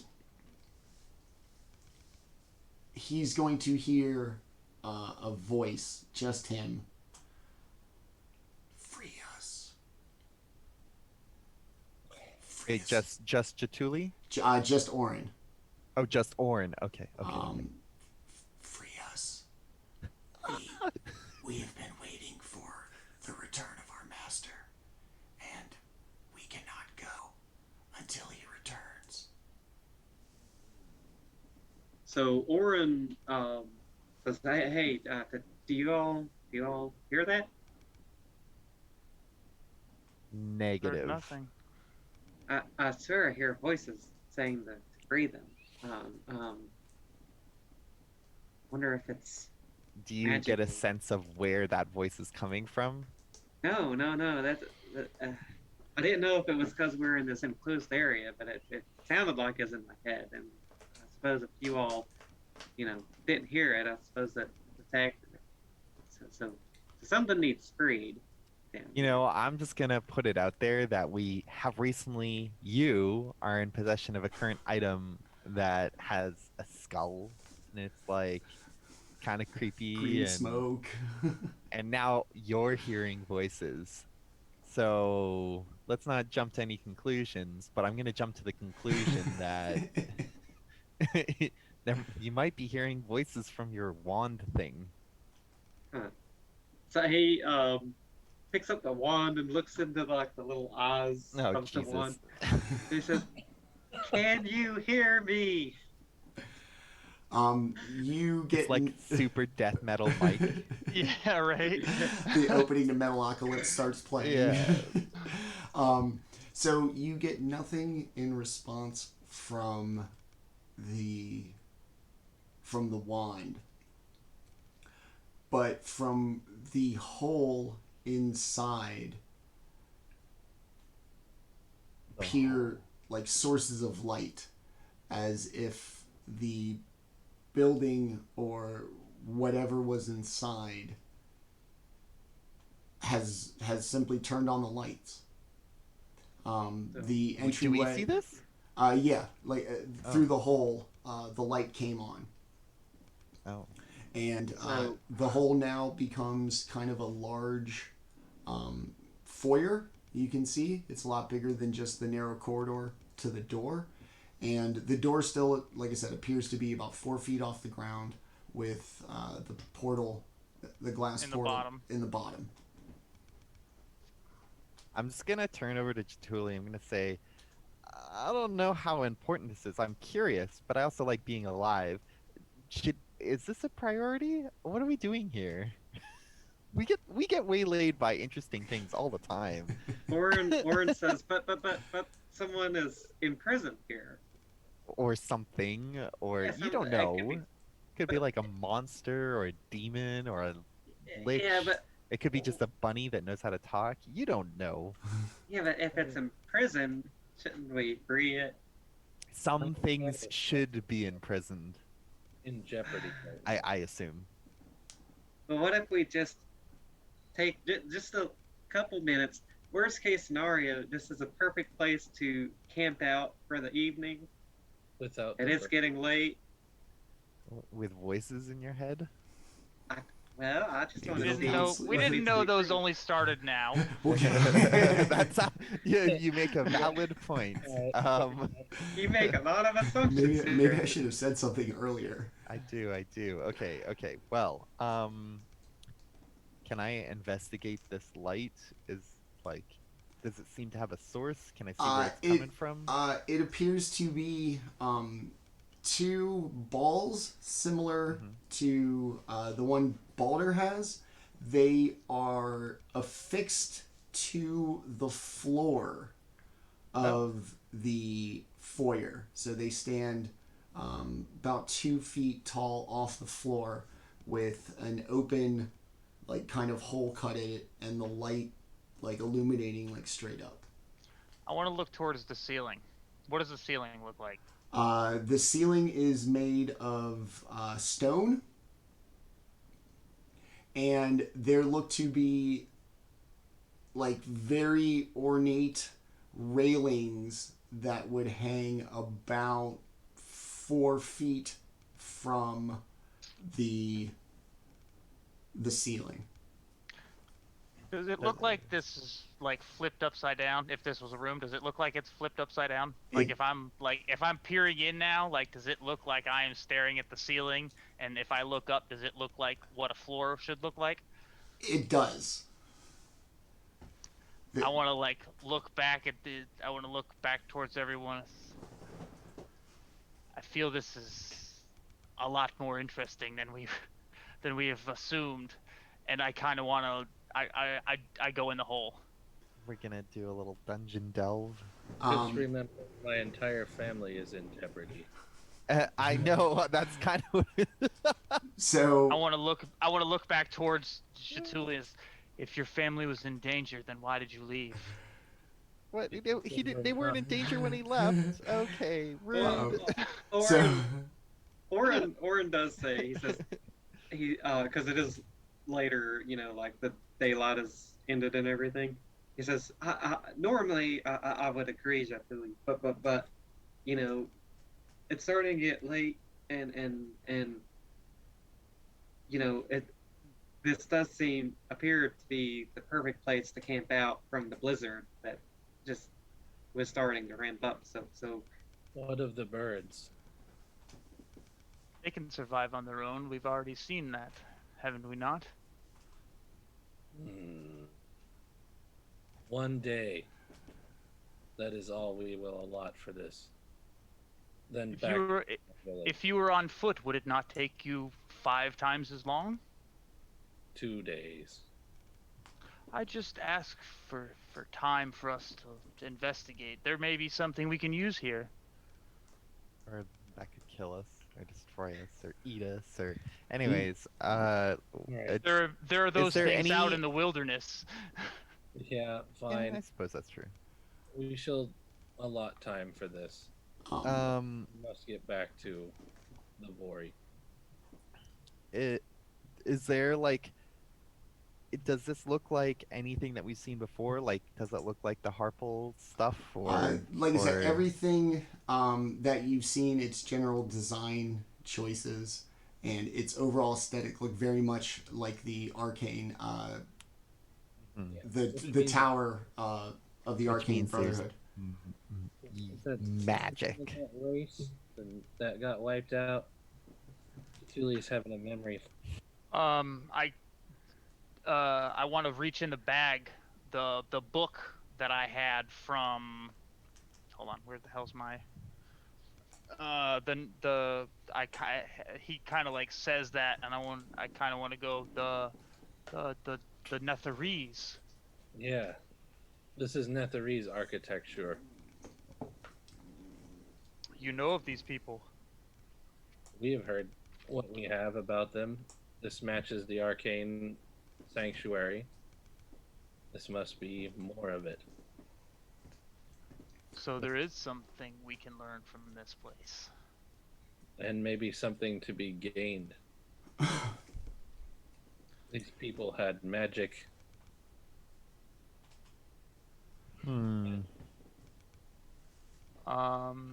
So yeah, I kind of want to look back at everyone and we can always just leave. If we find something that is above us, or if we take too much, we can always just leave. But to leave something like this undiscovered, it doesn't seem right to me. You first. I'm already in. I'm already in the hole staring. I'm staring out at y'all. Alright, so Is the hole just like one long hallway? it is, and then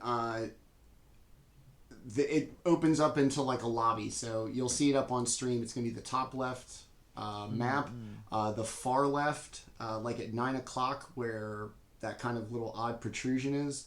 That's gonna be the hole.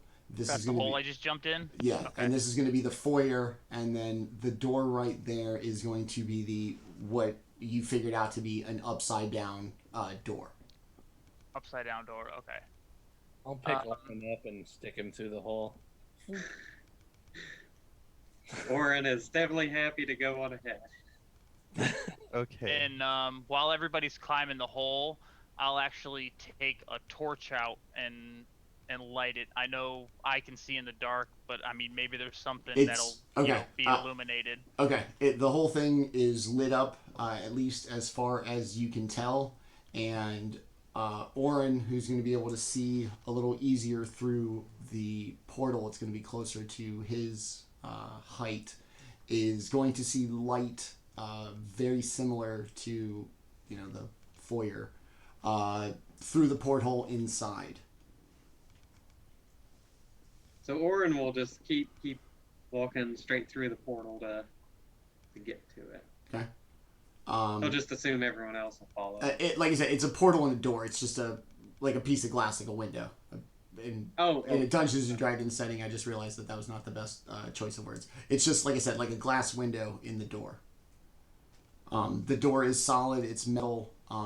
It's made of the same metal as the building. And you said it's upside down?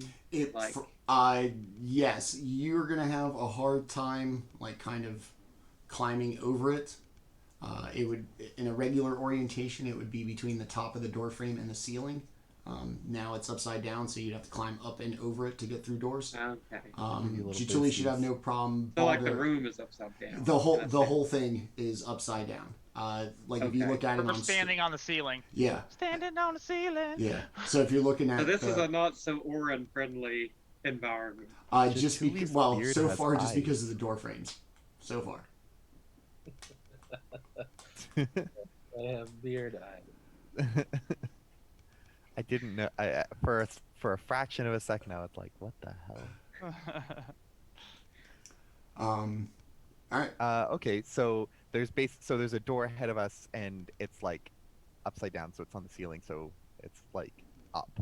Yes. Like I said, in order for everybody would just have to step over something about 2.5 feet high Okay. to clear it. Orryn's gonna have to like literally probably climb.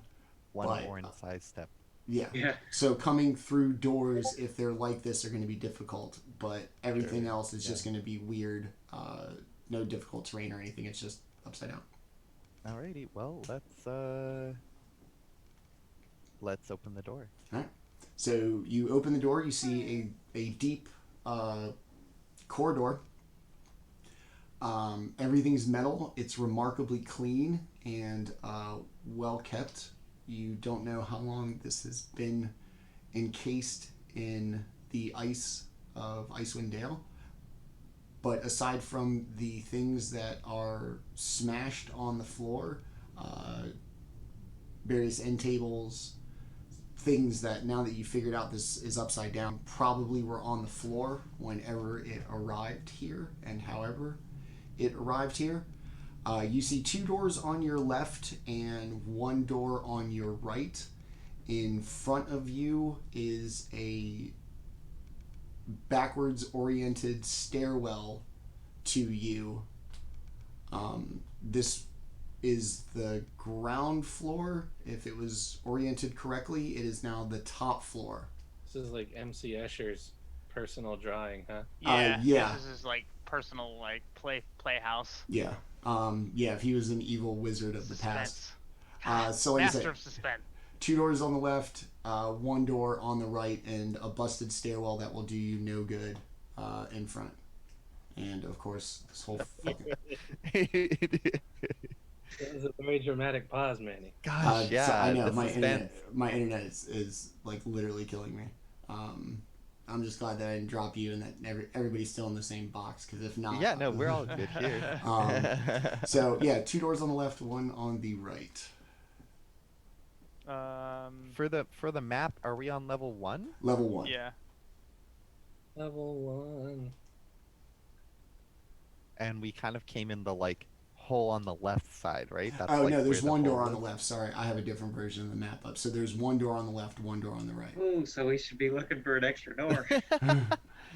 They're left and right. I mean, it Word doesn't knows matter. nothing. We're okay. I mean, I guess I'll check the closer door, the one that's on the left. Okay.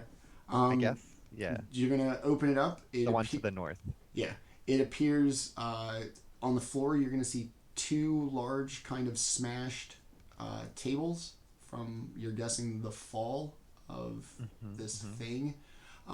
There's glassware and flatware, tankards, all kinds of things that make you think this was a dining room. And then to your right, as you come into the room, there's a door, very similar situation, a couple feet off the ground. This one seems to have runes around the door that don't appear to be active. They appear to be carved into the metal, but they're not giving off any glow or anything like that. I wish I had 25 gold worth of tokens, sticks, or bones of some sort of nature. Anyways, okay. Is there anything of note in the room that I'm currently in? No. The one with the broken tables?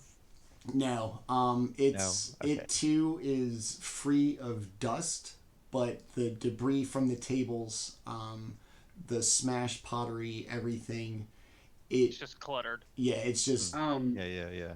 If you're talking about augury, because it doesn't consume them, as long as you have your spellcasting focus. No, it has a gold cost, which means you have to have the thing that. So Oh, because right. it says Yeah, I forgot. yeah. It's a, So It you just need to. doesn't consume. It doesn't consume them. So once I have those things, I can cast the spell as many times as I want. But I need those But you need it, particular yeah. things Would you in need order to those? cast the spell. Yeah. Basically you need some tokens. They're magical tokens worth at least 25 gold pieces He's to gonna cast roll the spell. bones, basically. He's Basically rolling bones, yeah. Okay. Tokens or something similar. So Okay. Well, yeah. well, maybe. Yeah. That's so- why I've been asking that every time we're in town. I'm like, does anyone know if there's like a magic shop or like a? That's what I'm looking for right now. Okay. You can always find some knuckle bones if that's the. Well, they have you to know, be like. I think they have to. They have to be like special. Like they can't just be any bones. They need and like they need to be like some kind of tokens or something like that of worth, like marked sticks. I mean, I suppose, but like I think the idea is that they're like for this purpose. You know. Yeah. Knuckle Yeah. bones, they all come about the same way. I guess so. Find scram sacks. Maybe's making soup. All right. So yeah, like a door with runes. Just everything else just smashed, and it looks like nobody ever bothered to even attempt to sweep the debris like aside. Sure. Does the runes, do they look magical? Can I understand them? Are they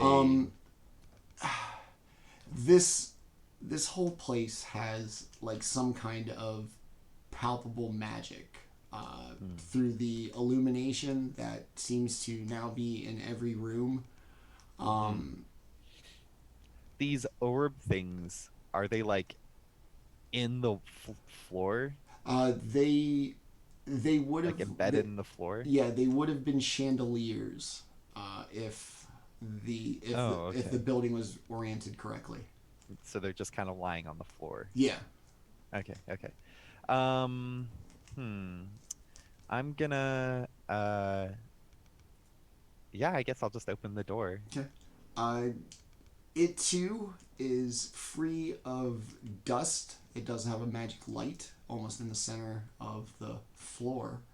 And scattered around it and on the light appear splotches of dried liquid, as if somebody had spilled something long ago and never bothered to clean it up. Okay. Anything else? Really about it. You notice a lot of like glass on the ground.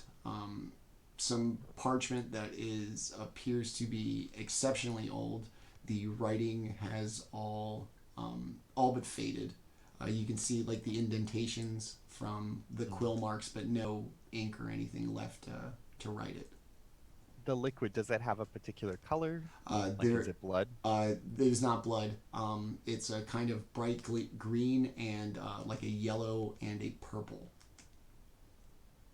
Like oil, kind of. Like It's reflective? thick. It's thick. It's still a little bit wet. Can I tell? Okay. Can I tell what it is? You hear a whisper through the hallway. Lick it. Yeah, I will not. Give me an investigation check into the whole room. Mother. 14. Okay. Sorry, I just swore at you. I thought my internet cut out again. No. With the broken glass and the Sorry. everything, you're gonna kind of suspect this was like an alchemist's workshop. Okay.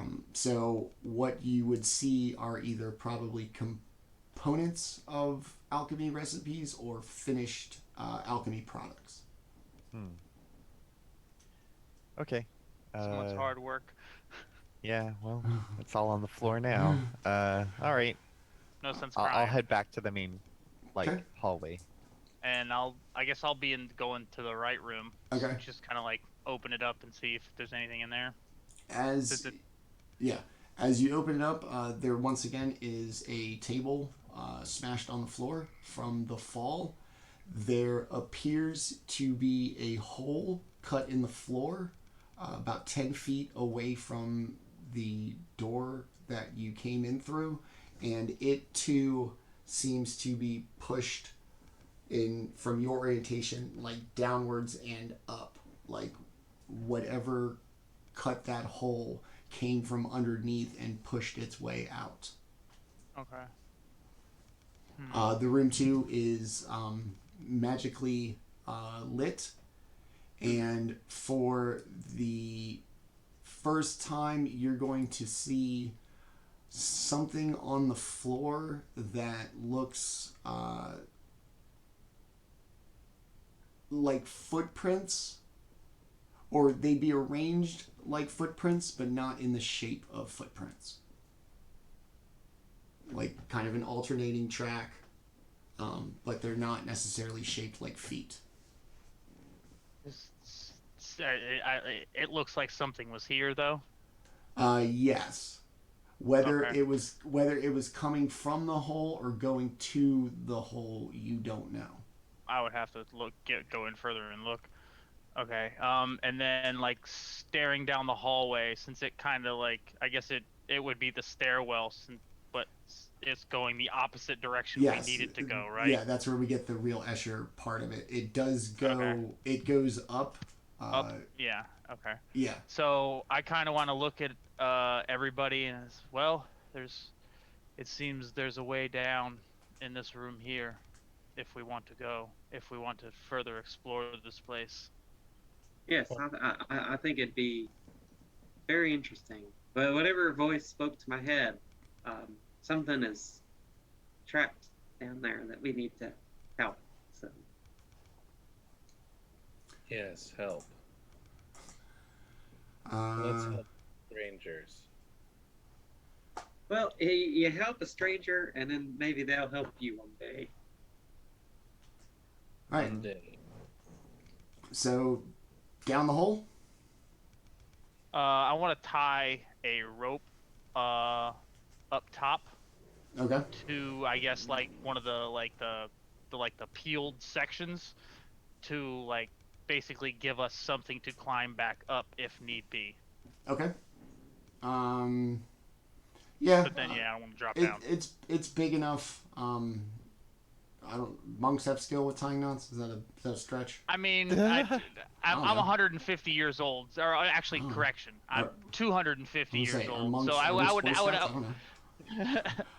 I would have a little inclination of how to tie knot. I picked it up about 150 years ago. Right? I got Yeah, bored. yeah. I got I'm bored sure one a spring. monk would.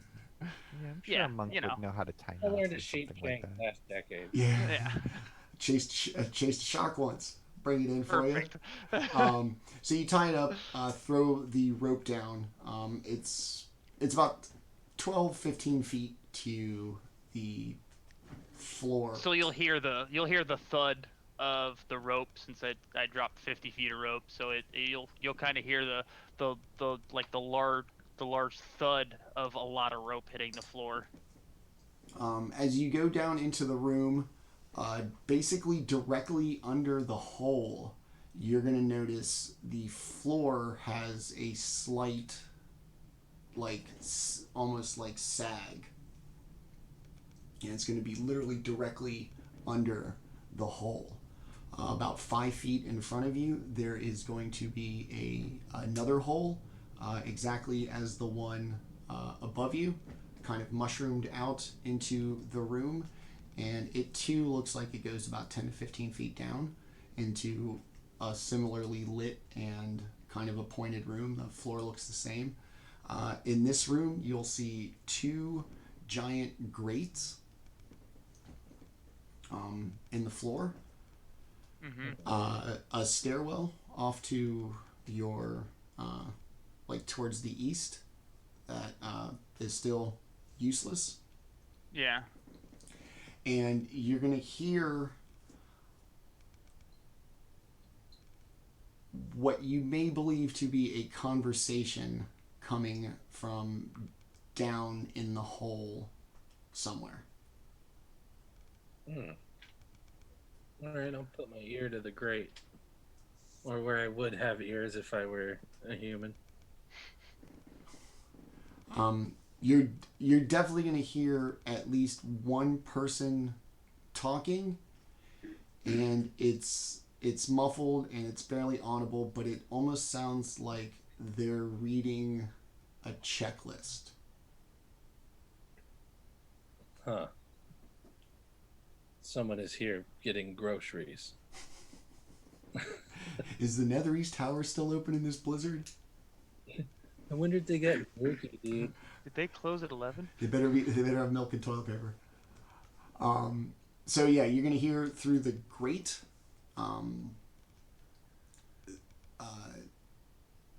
that there is somebody speaking, and for how large the kind of actual grid of the grate is, you should be able to see into the room below. It seems to be obscured by an intentional darkness that even the ambient light of the room doesn't really penetrate. Hmm. Do we want to go down further?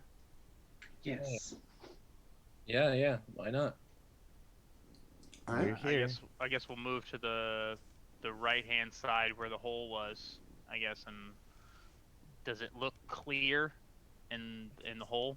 The hole looks down just fine. Same thing, a lit room, same floor, everything. And as you're going to look down from, if you're at the 3 o'clock on the hole and you're looking down at 9 o'clock, underneath you is where you're going to hear the voices. Okay. Or the voice, at least. Yeah, I want to like look at everybody and kind of like point in the direction, like as I'm like looking like down the hole, I want to look back towards them and like point in that direction. And then does anybody else have any rope? I have one more like ball of rope that'll help, but if anybody else has a rope. Orryn has 50 feet of hempen rope, yeah. Yep, I also have 50 feet of hempen rope. Yeah, so I guess we'll, if y'all want to do the same thing, just like tie off a rope so we can get back up and then drop down. Mm-hmm. Alright, I'm down. You gonna use yours, Orryn? Yeah. I'll go and use mine. All right, and then I'll drop down first as he's tying off the rope. All right, as you jump down the hole onto level 3, you're gonna face north, east, west, south. Hold on, let me look at the picture real quick. Okay. I guess I'm gonna drop down in the hole and face west. Okay. So as you come down the hole, in front of you is going to be a wall and a kind of cutout for a doorway, and a third hole similar to the ones that you've been going down, basically blocking the entire entrance to the other room.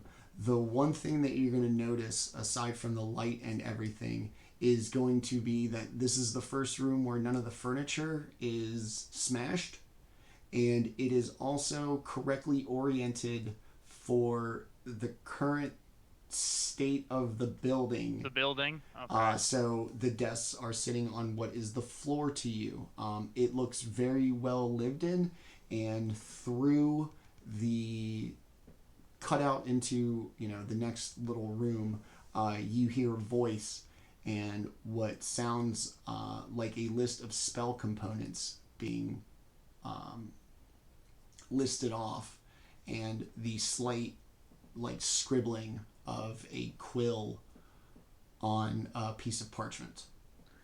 And do I know any of the spell components that are being listed off? Roll me Arcana. Okay.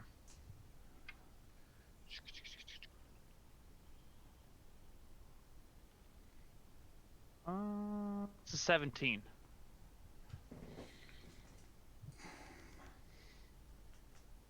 They sound like spell components of divination spells.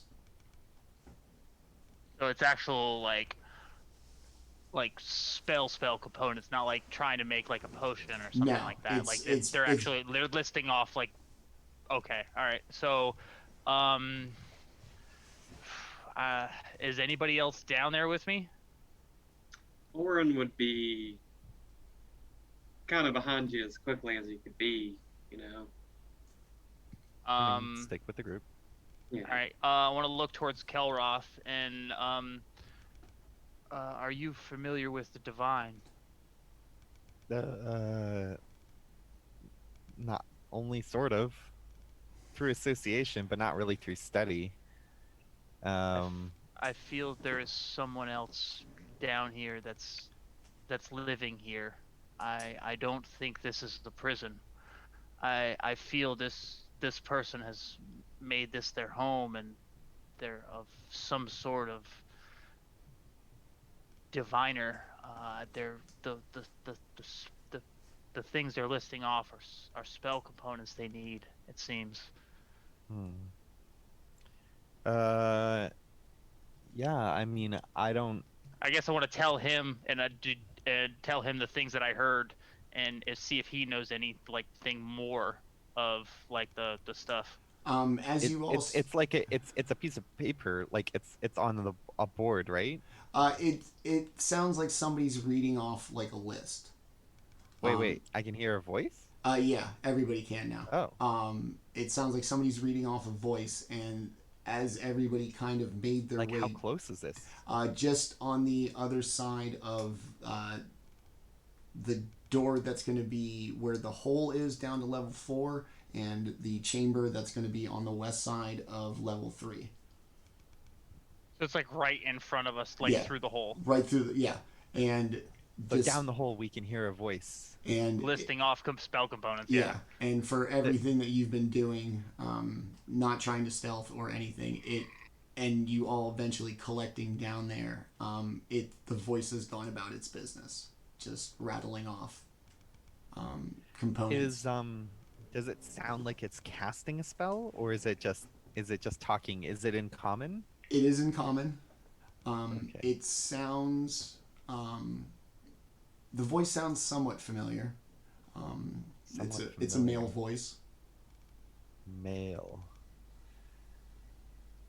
I mean. Oh, okay.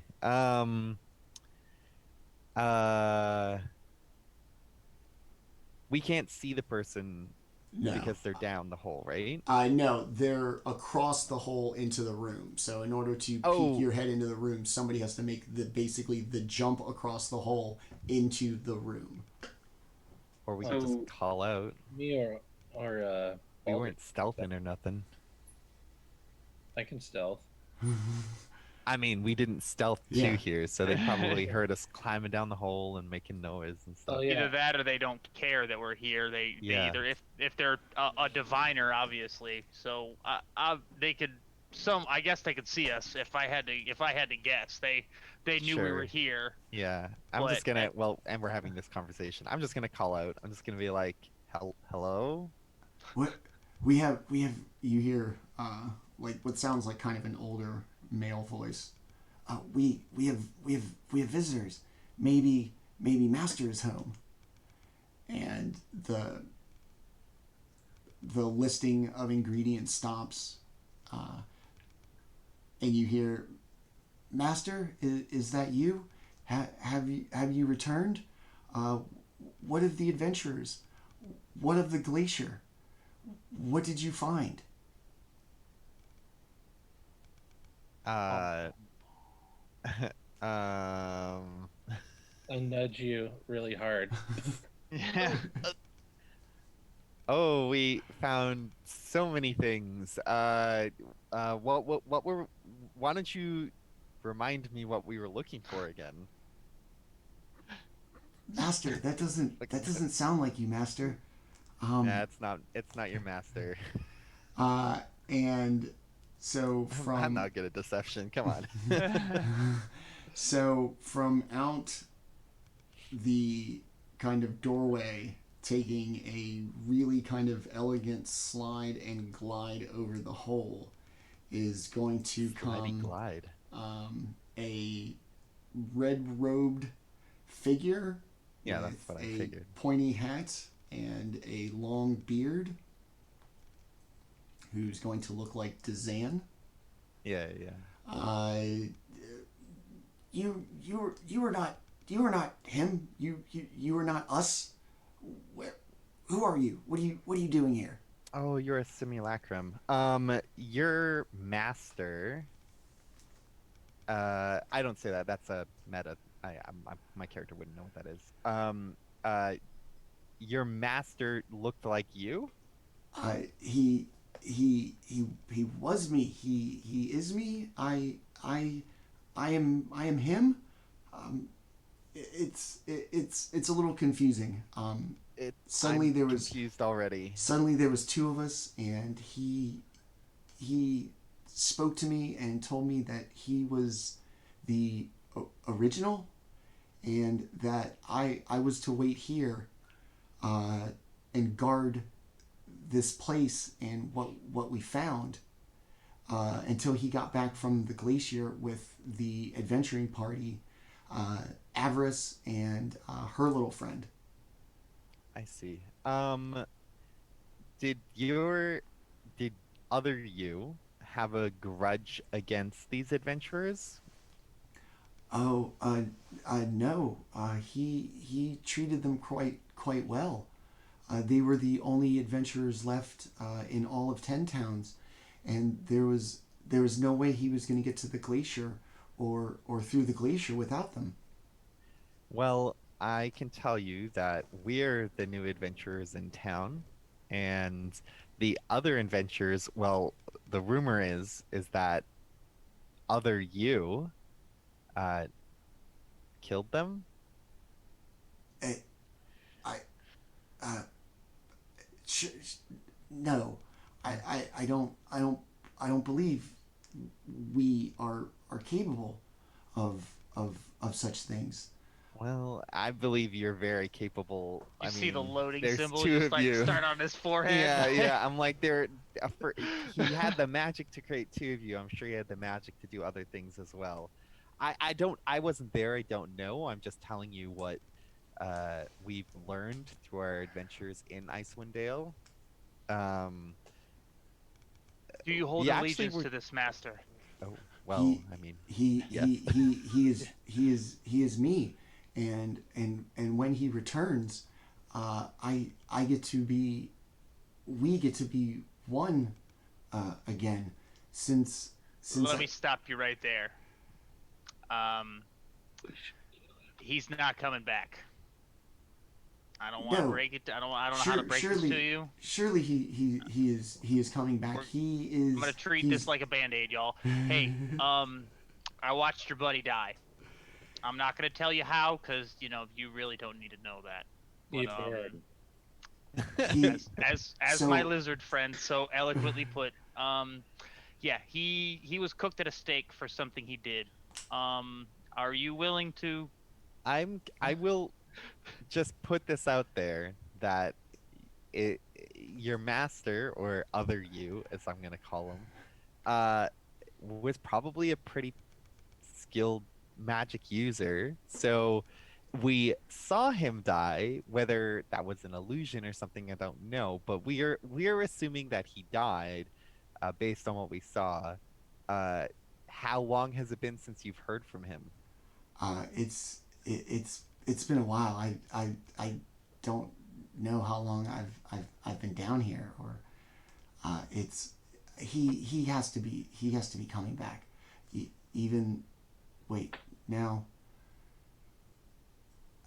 When did you say you saw him burn? Must have been like what, 5 or 6 or 7, like about a week ago now, probably. So it was within a week or so. He's gonna kind of step back, do that whole Zach Galifianakis math meme. Yes. Numbers, math. That must have been it. That means I am Dazan.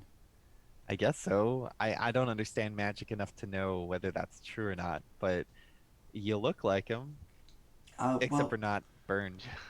Just know that that's a deadly thing outside of this place. Oh yeah, you live people in don't now. like you. That's why you were burned.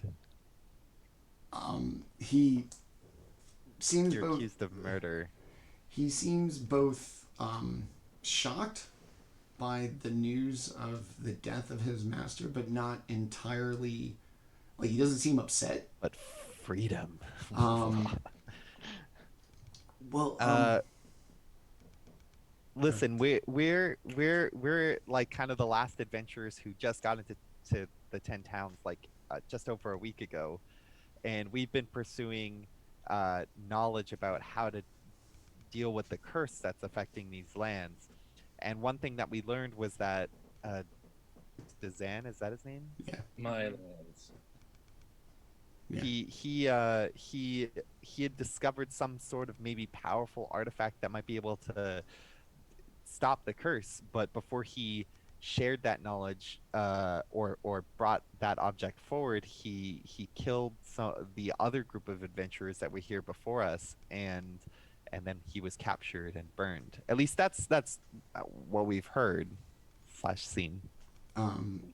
As you explain to him the story of Dazan, he's going to turn and show you on a workbench. Please don't fireball us. Something that looks like the drawings that you saw in the books in Avarice's. Oh, I took that place. book, the one with the pictures in it Yeah. of the object. So you're gonna see fragments of that object, or something similar to it. It's gonna be broken beyond repair, and judging by the drawings that you've seen, it doesn't look complete. And so he's gonna turn. I was looking for this. We found this one in this crashed spire that broke off as a Netherese silly crashed to the ground and became buried in ice. If this is here, then that Netherese city has to be the home of something like this. This is what we were searching for. This is what Dazan had found. We have found. I was here to guard this place, provide any assistance that he needed, but he had found the city. He knew where it was. Did he tell you where it was? He did not learn of this information until after my creation and our collective knowledge split.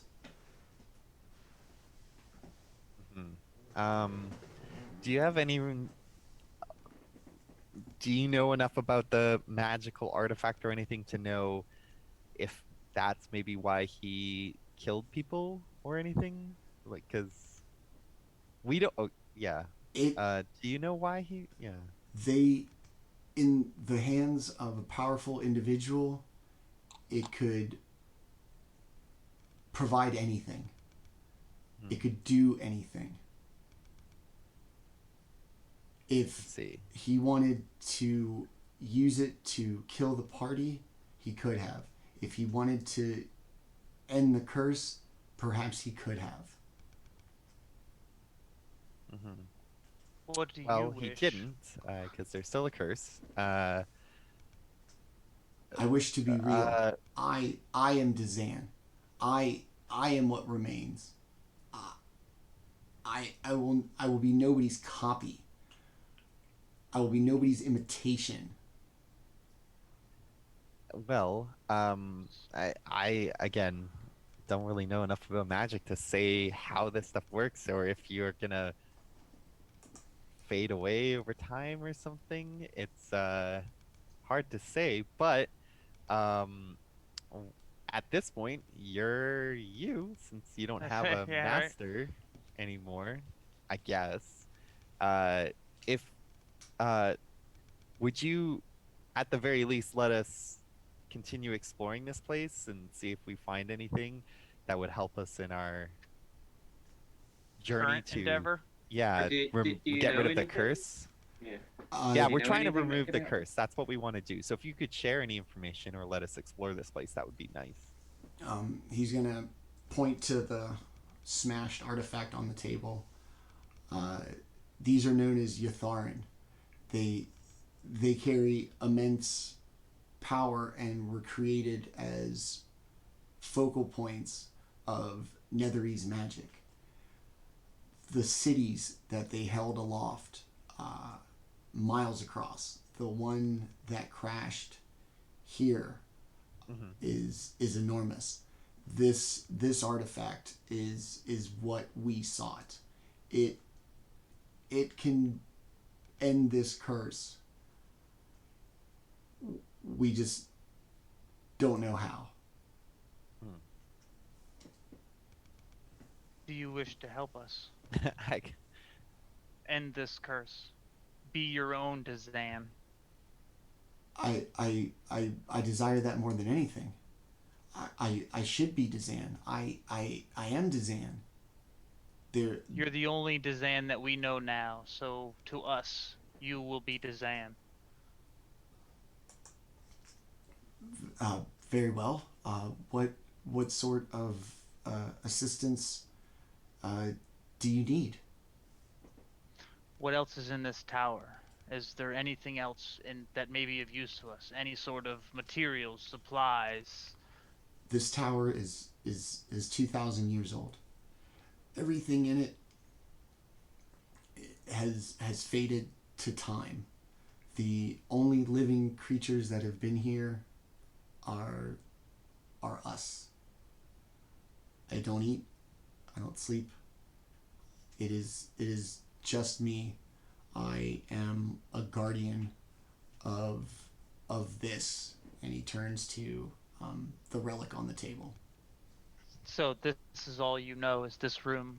This structure, yes. Have you fully investigated, torn the boxes asunder? I was created after we had looked through this entire tower. I remember it when we were one.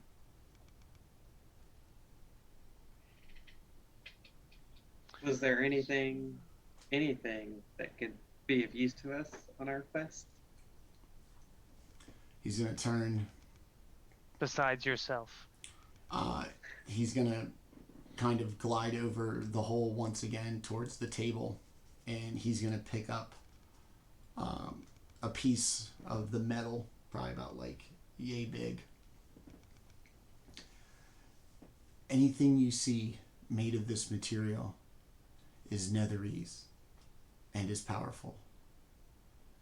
Seek them out, but be wary. For the Netherese are known to have everything come with a cost. And he's going to hand Orryn the little chunk of metal. Orryn will say, thank you very much, and he'll put it in his bag, because he had another one of those, correct, from the Cauldron Caves? That's going to be a crystal. Okay. That's going to be something different. Yeah, it's a different thing. Yeah. Okay. So now you got a chunk of metal and a chunk of crystal. I'm going to write that down and spit read. Chunk of metal. 3 sessions from now. What the hell is this chunk of metal? I don't know, man. Why'd you write it down? In quotes, Netherese. Yeah. Throw it away. So I guess I want to look towards Dazan now, and do you feel your purpose is still to guard this? I guard this until I have another purpose. My purpose was to wait for my master's return so that all that he has learned since my creation we can share. Now I am a copy, an imitation, a drawing brought to life. I do not know my purpose anymore. Well, maybe you could make it your new purpose to help rid the land of this curse. I'm sure a accomplished wizard such as yourself would prove a valuable ally in Show the world the new Dazan. As that was our our desire, so shall it be mine.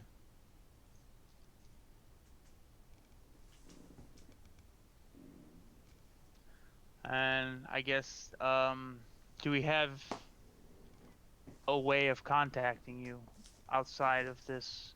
Should we find more pieces of this or need assistance in some way? I fear this structure is magically shielded. It's how it's been able to stay safe for thousands of years. We believe we were the first to discover it.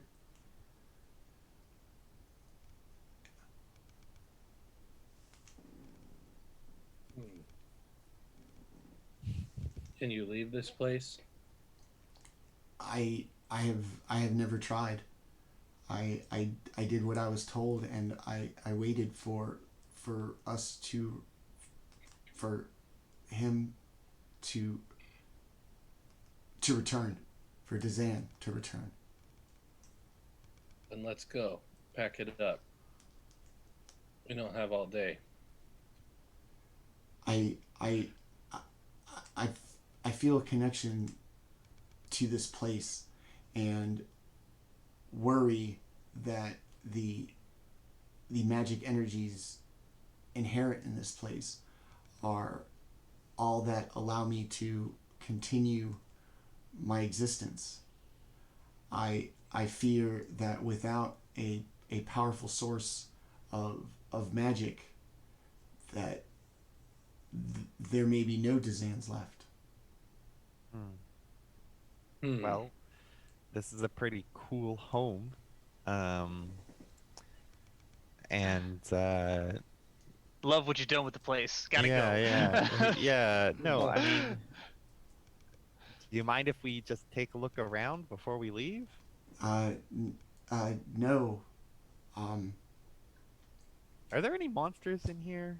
No, it is just I, and then he's gonna kind of move to the side, and you're gonna see a white that is just floating there with the pen and the quill, and you're gonna realize that the white has been taking not Dazan's dictations. Okay. It's like a stenographer. Yeah. Take a memo. Undead, Okay. come here, take a memo. It's a monster. Kill it. Kill that light. No. Okay. Well, I mean, I don't know. Up to you guys, but maybe we should just like check out the rest of this place. Yeah, we might as well drop down the next floor and I see what's mean, down there. No offense to Fake Dazan? Fake Dazan? Well, no, new Dazan. Well, okay, yeah. Well, okay. Yeah. Dazan reboot. Better, yeah. Right. No offense to Dazan him, but 3.0. maybe he hasn't like fully looked around this place or whatever. Yeah, we don't know. We don't know his perception skills. Yeah. I mean, if all he's been doing is just like and studying. Hovered over the. Something spoke to Orryn about freeing them, but they didn't seem to really care about being free. So Orryn thinks something is a little Fishy. Yeah. Well, then let's explore. Yeah, I mean, Let's drop the rope and go down the last level. yeah. I mean, might as well just like investigate. As you go down into the bottom level, you're going to come into what appears to be kind of a storage room.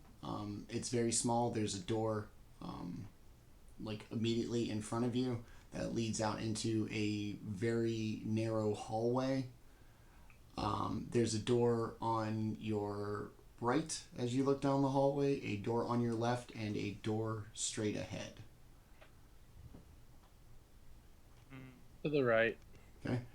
To the right is going to be kind of a grand wizard solar. Tables, artifacts for... A what? Like a grand wizard's... grand wizard's probably not a good term.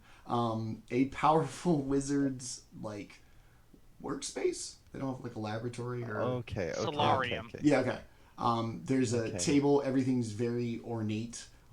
There Sure, are yeah. scrolls and plenty of books, as well as little pieces of the artifact / relic that Not Zan had on the desk upstairs, as if this is where it originally was before it was moved. Can I just like examine a piece of this thing? Sure. Like pick it up, take a look at it. Sure. Is there anything I note about it? It has an odd weight to it.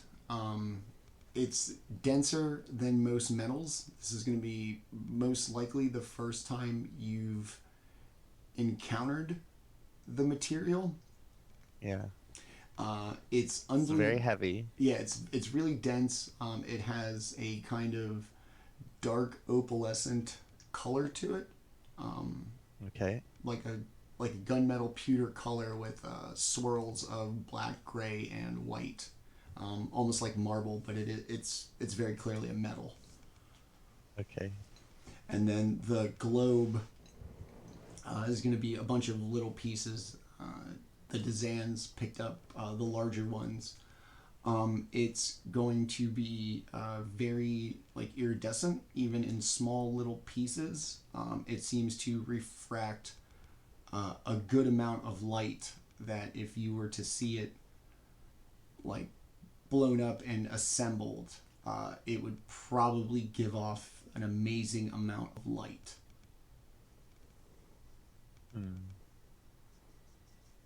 Badass.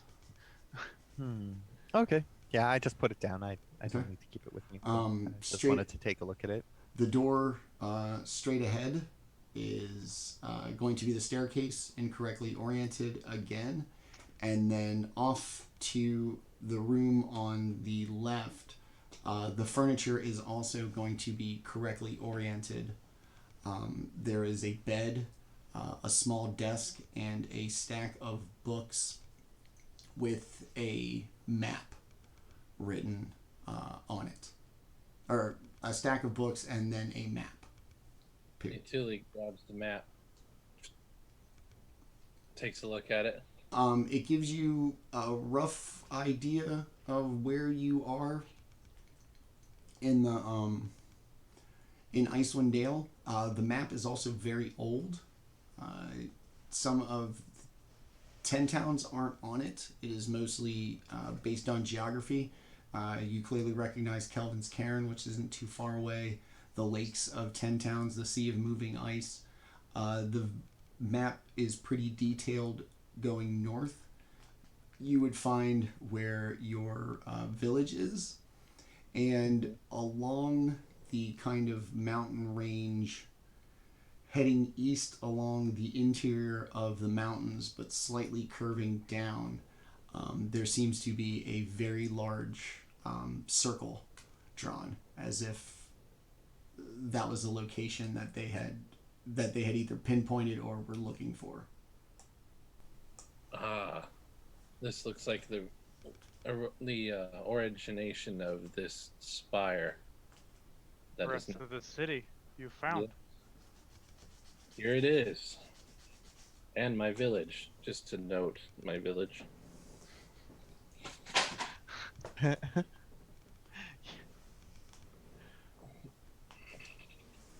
Is there anything else like besides the bed and the end table? No, the books are all going to be on the Netherese, and just like the one that Kelroth picked up at Avarice's, there seemed to be a book of like schematics and detailed drawings of different versions of the machine that you see broken with Dazan's simulacrum, the picture that you saw previously, and a variation of the globe that you are currently carrying.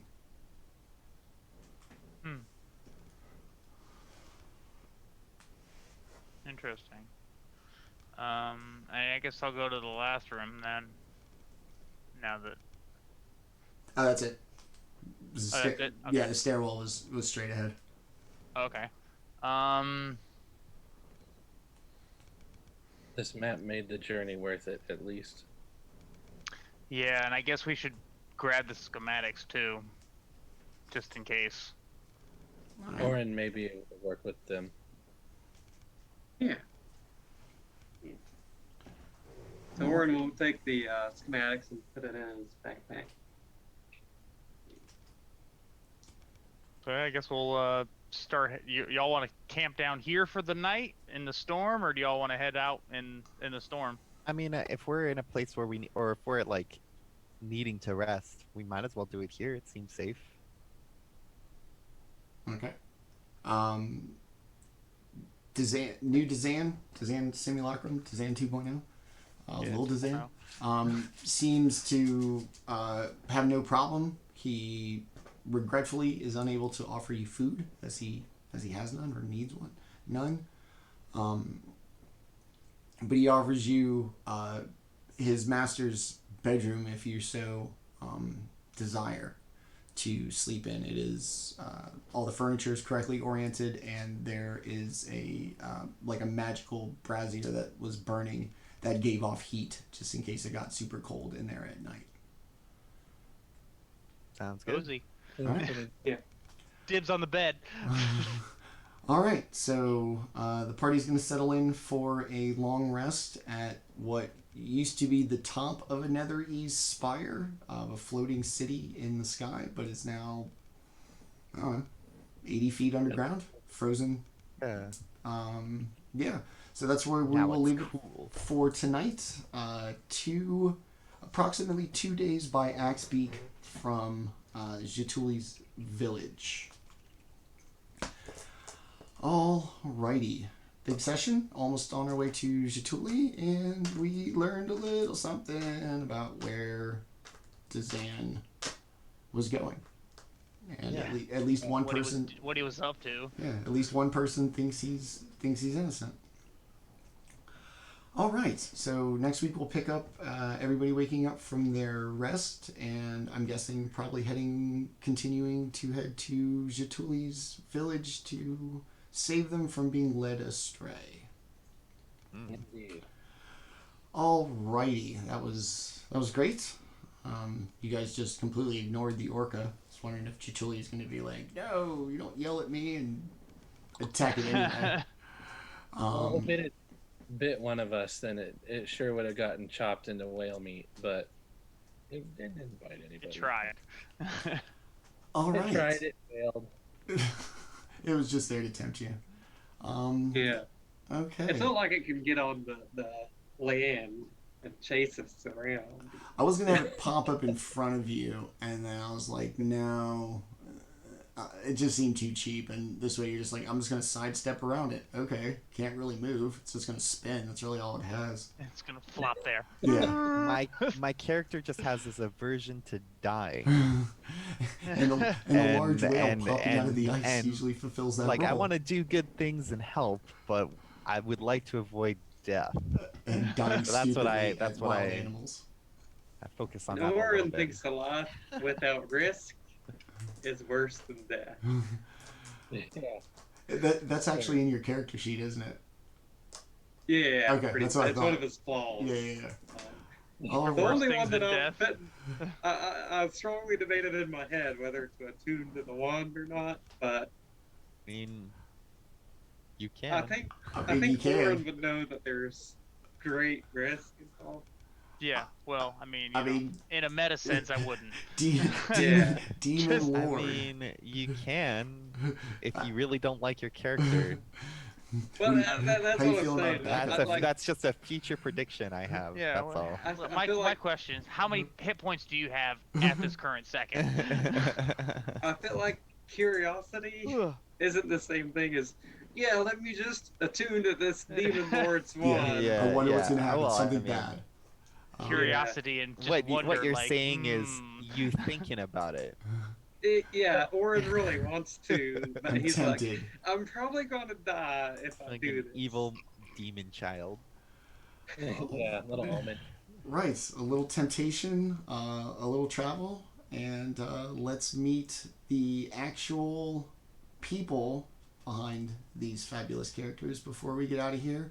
And we will start with our curious little artificer.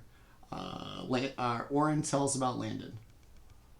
So I'm Landon Baker. I'm a software developer, and I like playing kind of more hyper characters like Orryn.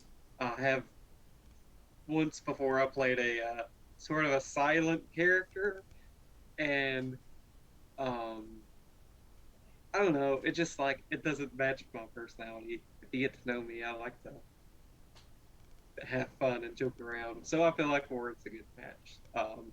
So there's software development and video games, and I have two Saint Bernards. They're Beowulf and stuff. They're awesome, and a beautiful wife. And I think that's all that's important about me. There you go. And your curious little artificer who fits into small spaces and rides around on like a chariot attached to a giant bird. So, Oh yeah. You got a lot going on. Well, I was this close when Baldr said when Lewis said he was feeding the axe beak. I was almost like Orryn tries to do so, but he can't reach. Can't quite reach it. It's got stairs that fall down. It's like a step kit for like a big pickup. It's fine. Like get a fishing rod and like, here you go. With a carrot. You're gonna carrot on a stick. That I failed my poor bird. animal handling check. I gotta bait mine. All right. Let's go to Kelroth. Tell us about Dustin. I'm Dustin.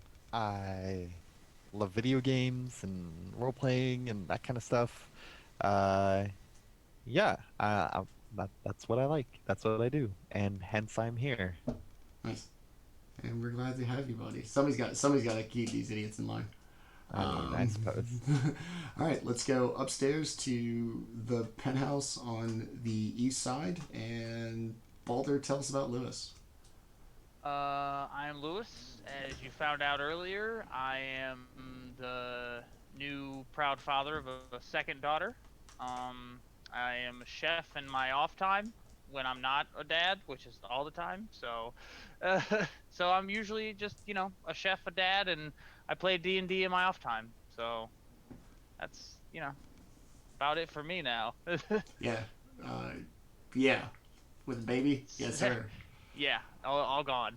Free time, gone. Yeah, bye. All right, fabulous. And let's go to our probably disappointed barbarian who did not get to eat anybody today. That does happen occasionally. I mean, 2 people tomorrow. Yeah, I'm gonna double it next time. I'm Tenta. I am a big giant grown-up goth kid, and I love metal and fighting and wrestling and anything combative, like HEMA. I'm into medieval weaponry and stuff like that. And I have my cool blue and purple light on because I don't really like white or amber colored light. It annoys me. And yeah, come see me at Rip Tenta Squeeze. We can talk about metal or wrestling or anything you want. And it's good to be part of this. All right, thank you. As always, great job to our fabulous players once again. Big thank you to everybody who tuned in tonight to watch. I'm Manny, your host and dungeon master at GrowedUpGeek on Twitch, Twitter, and Instagram. If you like what we do here, give us a follow on any of those platforms. And everybody stuck around for this. We have an announcement that starting the last Wednesday of March, we will be adding a second show to this channel. One of one-shots and limited narratives. Let's be honest, managing a long-term campaign is hard. It asks a lot of the people. That's why I'm so thankful for these 4 gentlemen. And we want to do something else and a little more fun, get a chance for people to play new characters and tell a bunch of stories. So tune in for that on Wednesday nights at 7 p.m. starting at the end of March. Our first one shot will actually be a two-part narrative of a Fey wedding that I will be homebrewing. We'll have more about it in the next couple of weeks with an announcement. And once again, thanks for everybody who came out and watched this tonight. Tune in again next Tuesday to see us for episode 10, Twilight Malediction. And until then, we will see you later. Everybody have a good night. Thank you. Thank you guys. It was awesome. Thanks.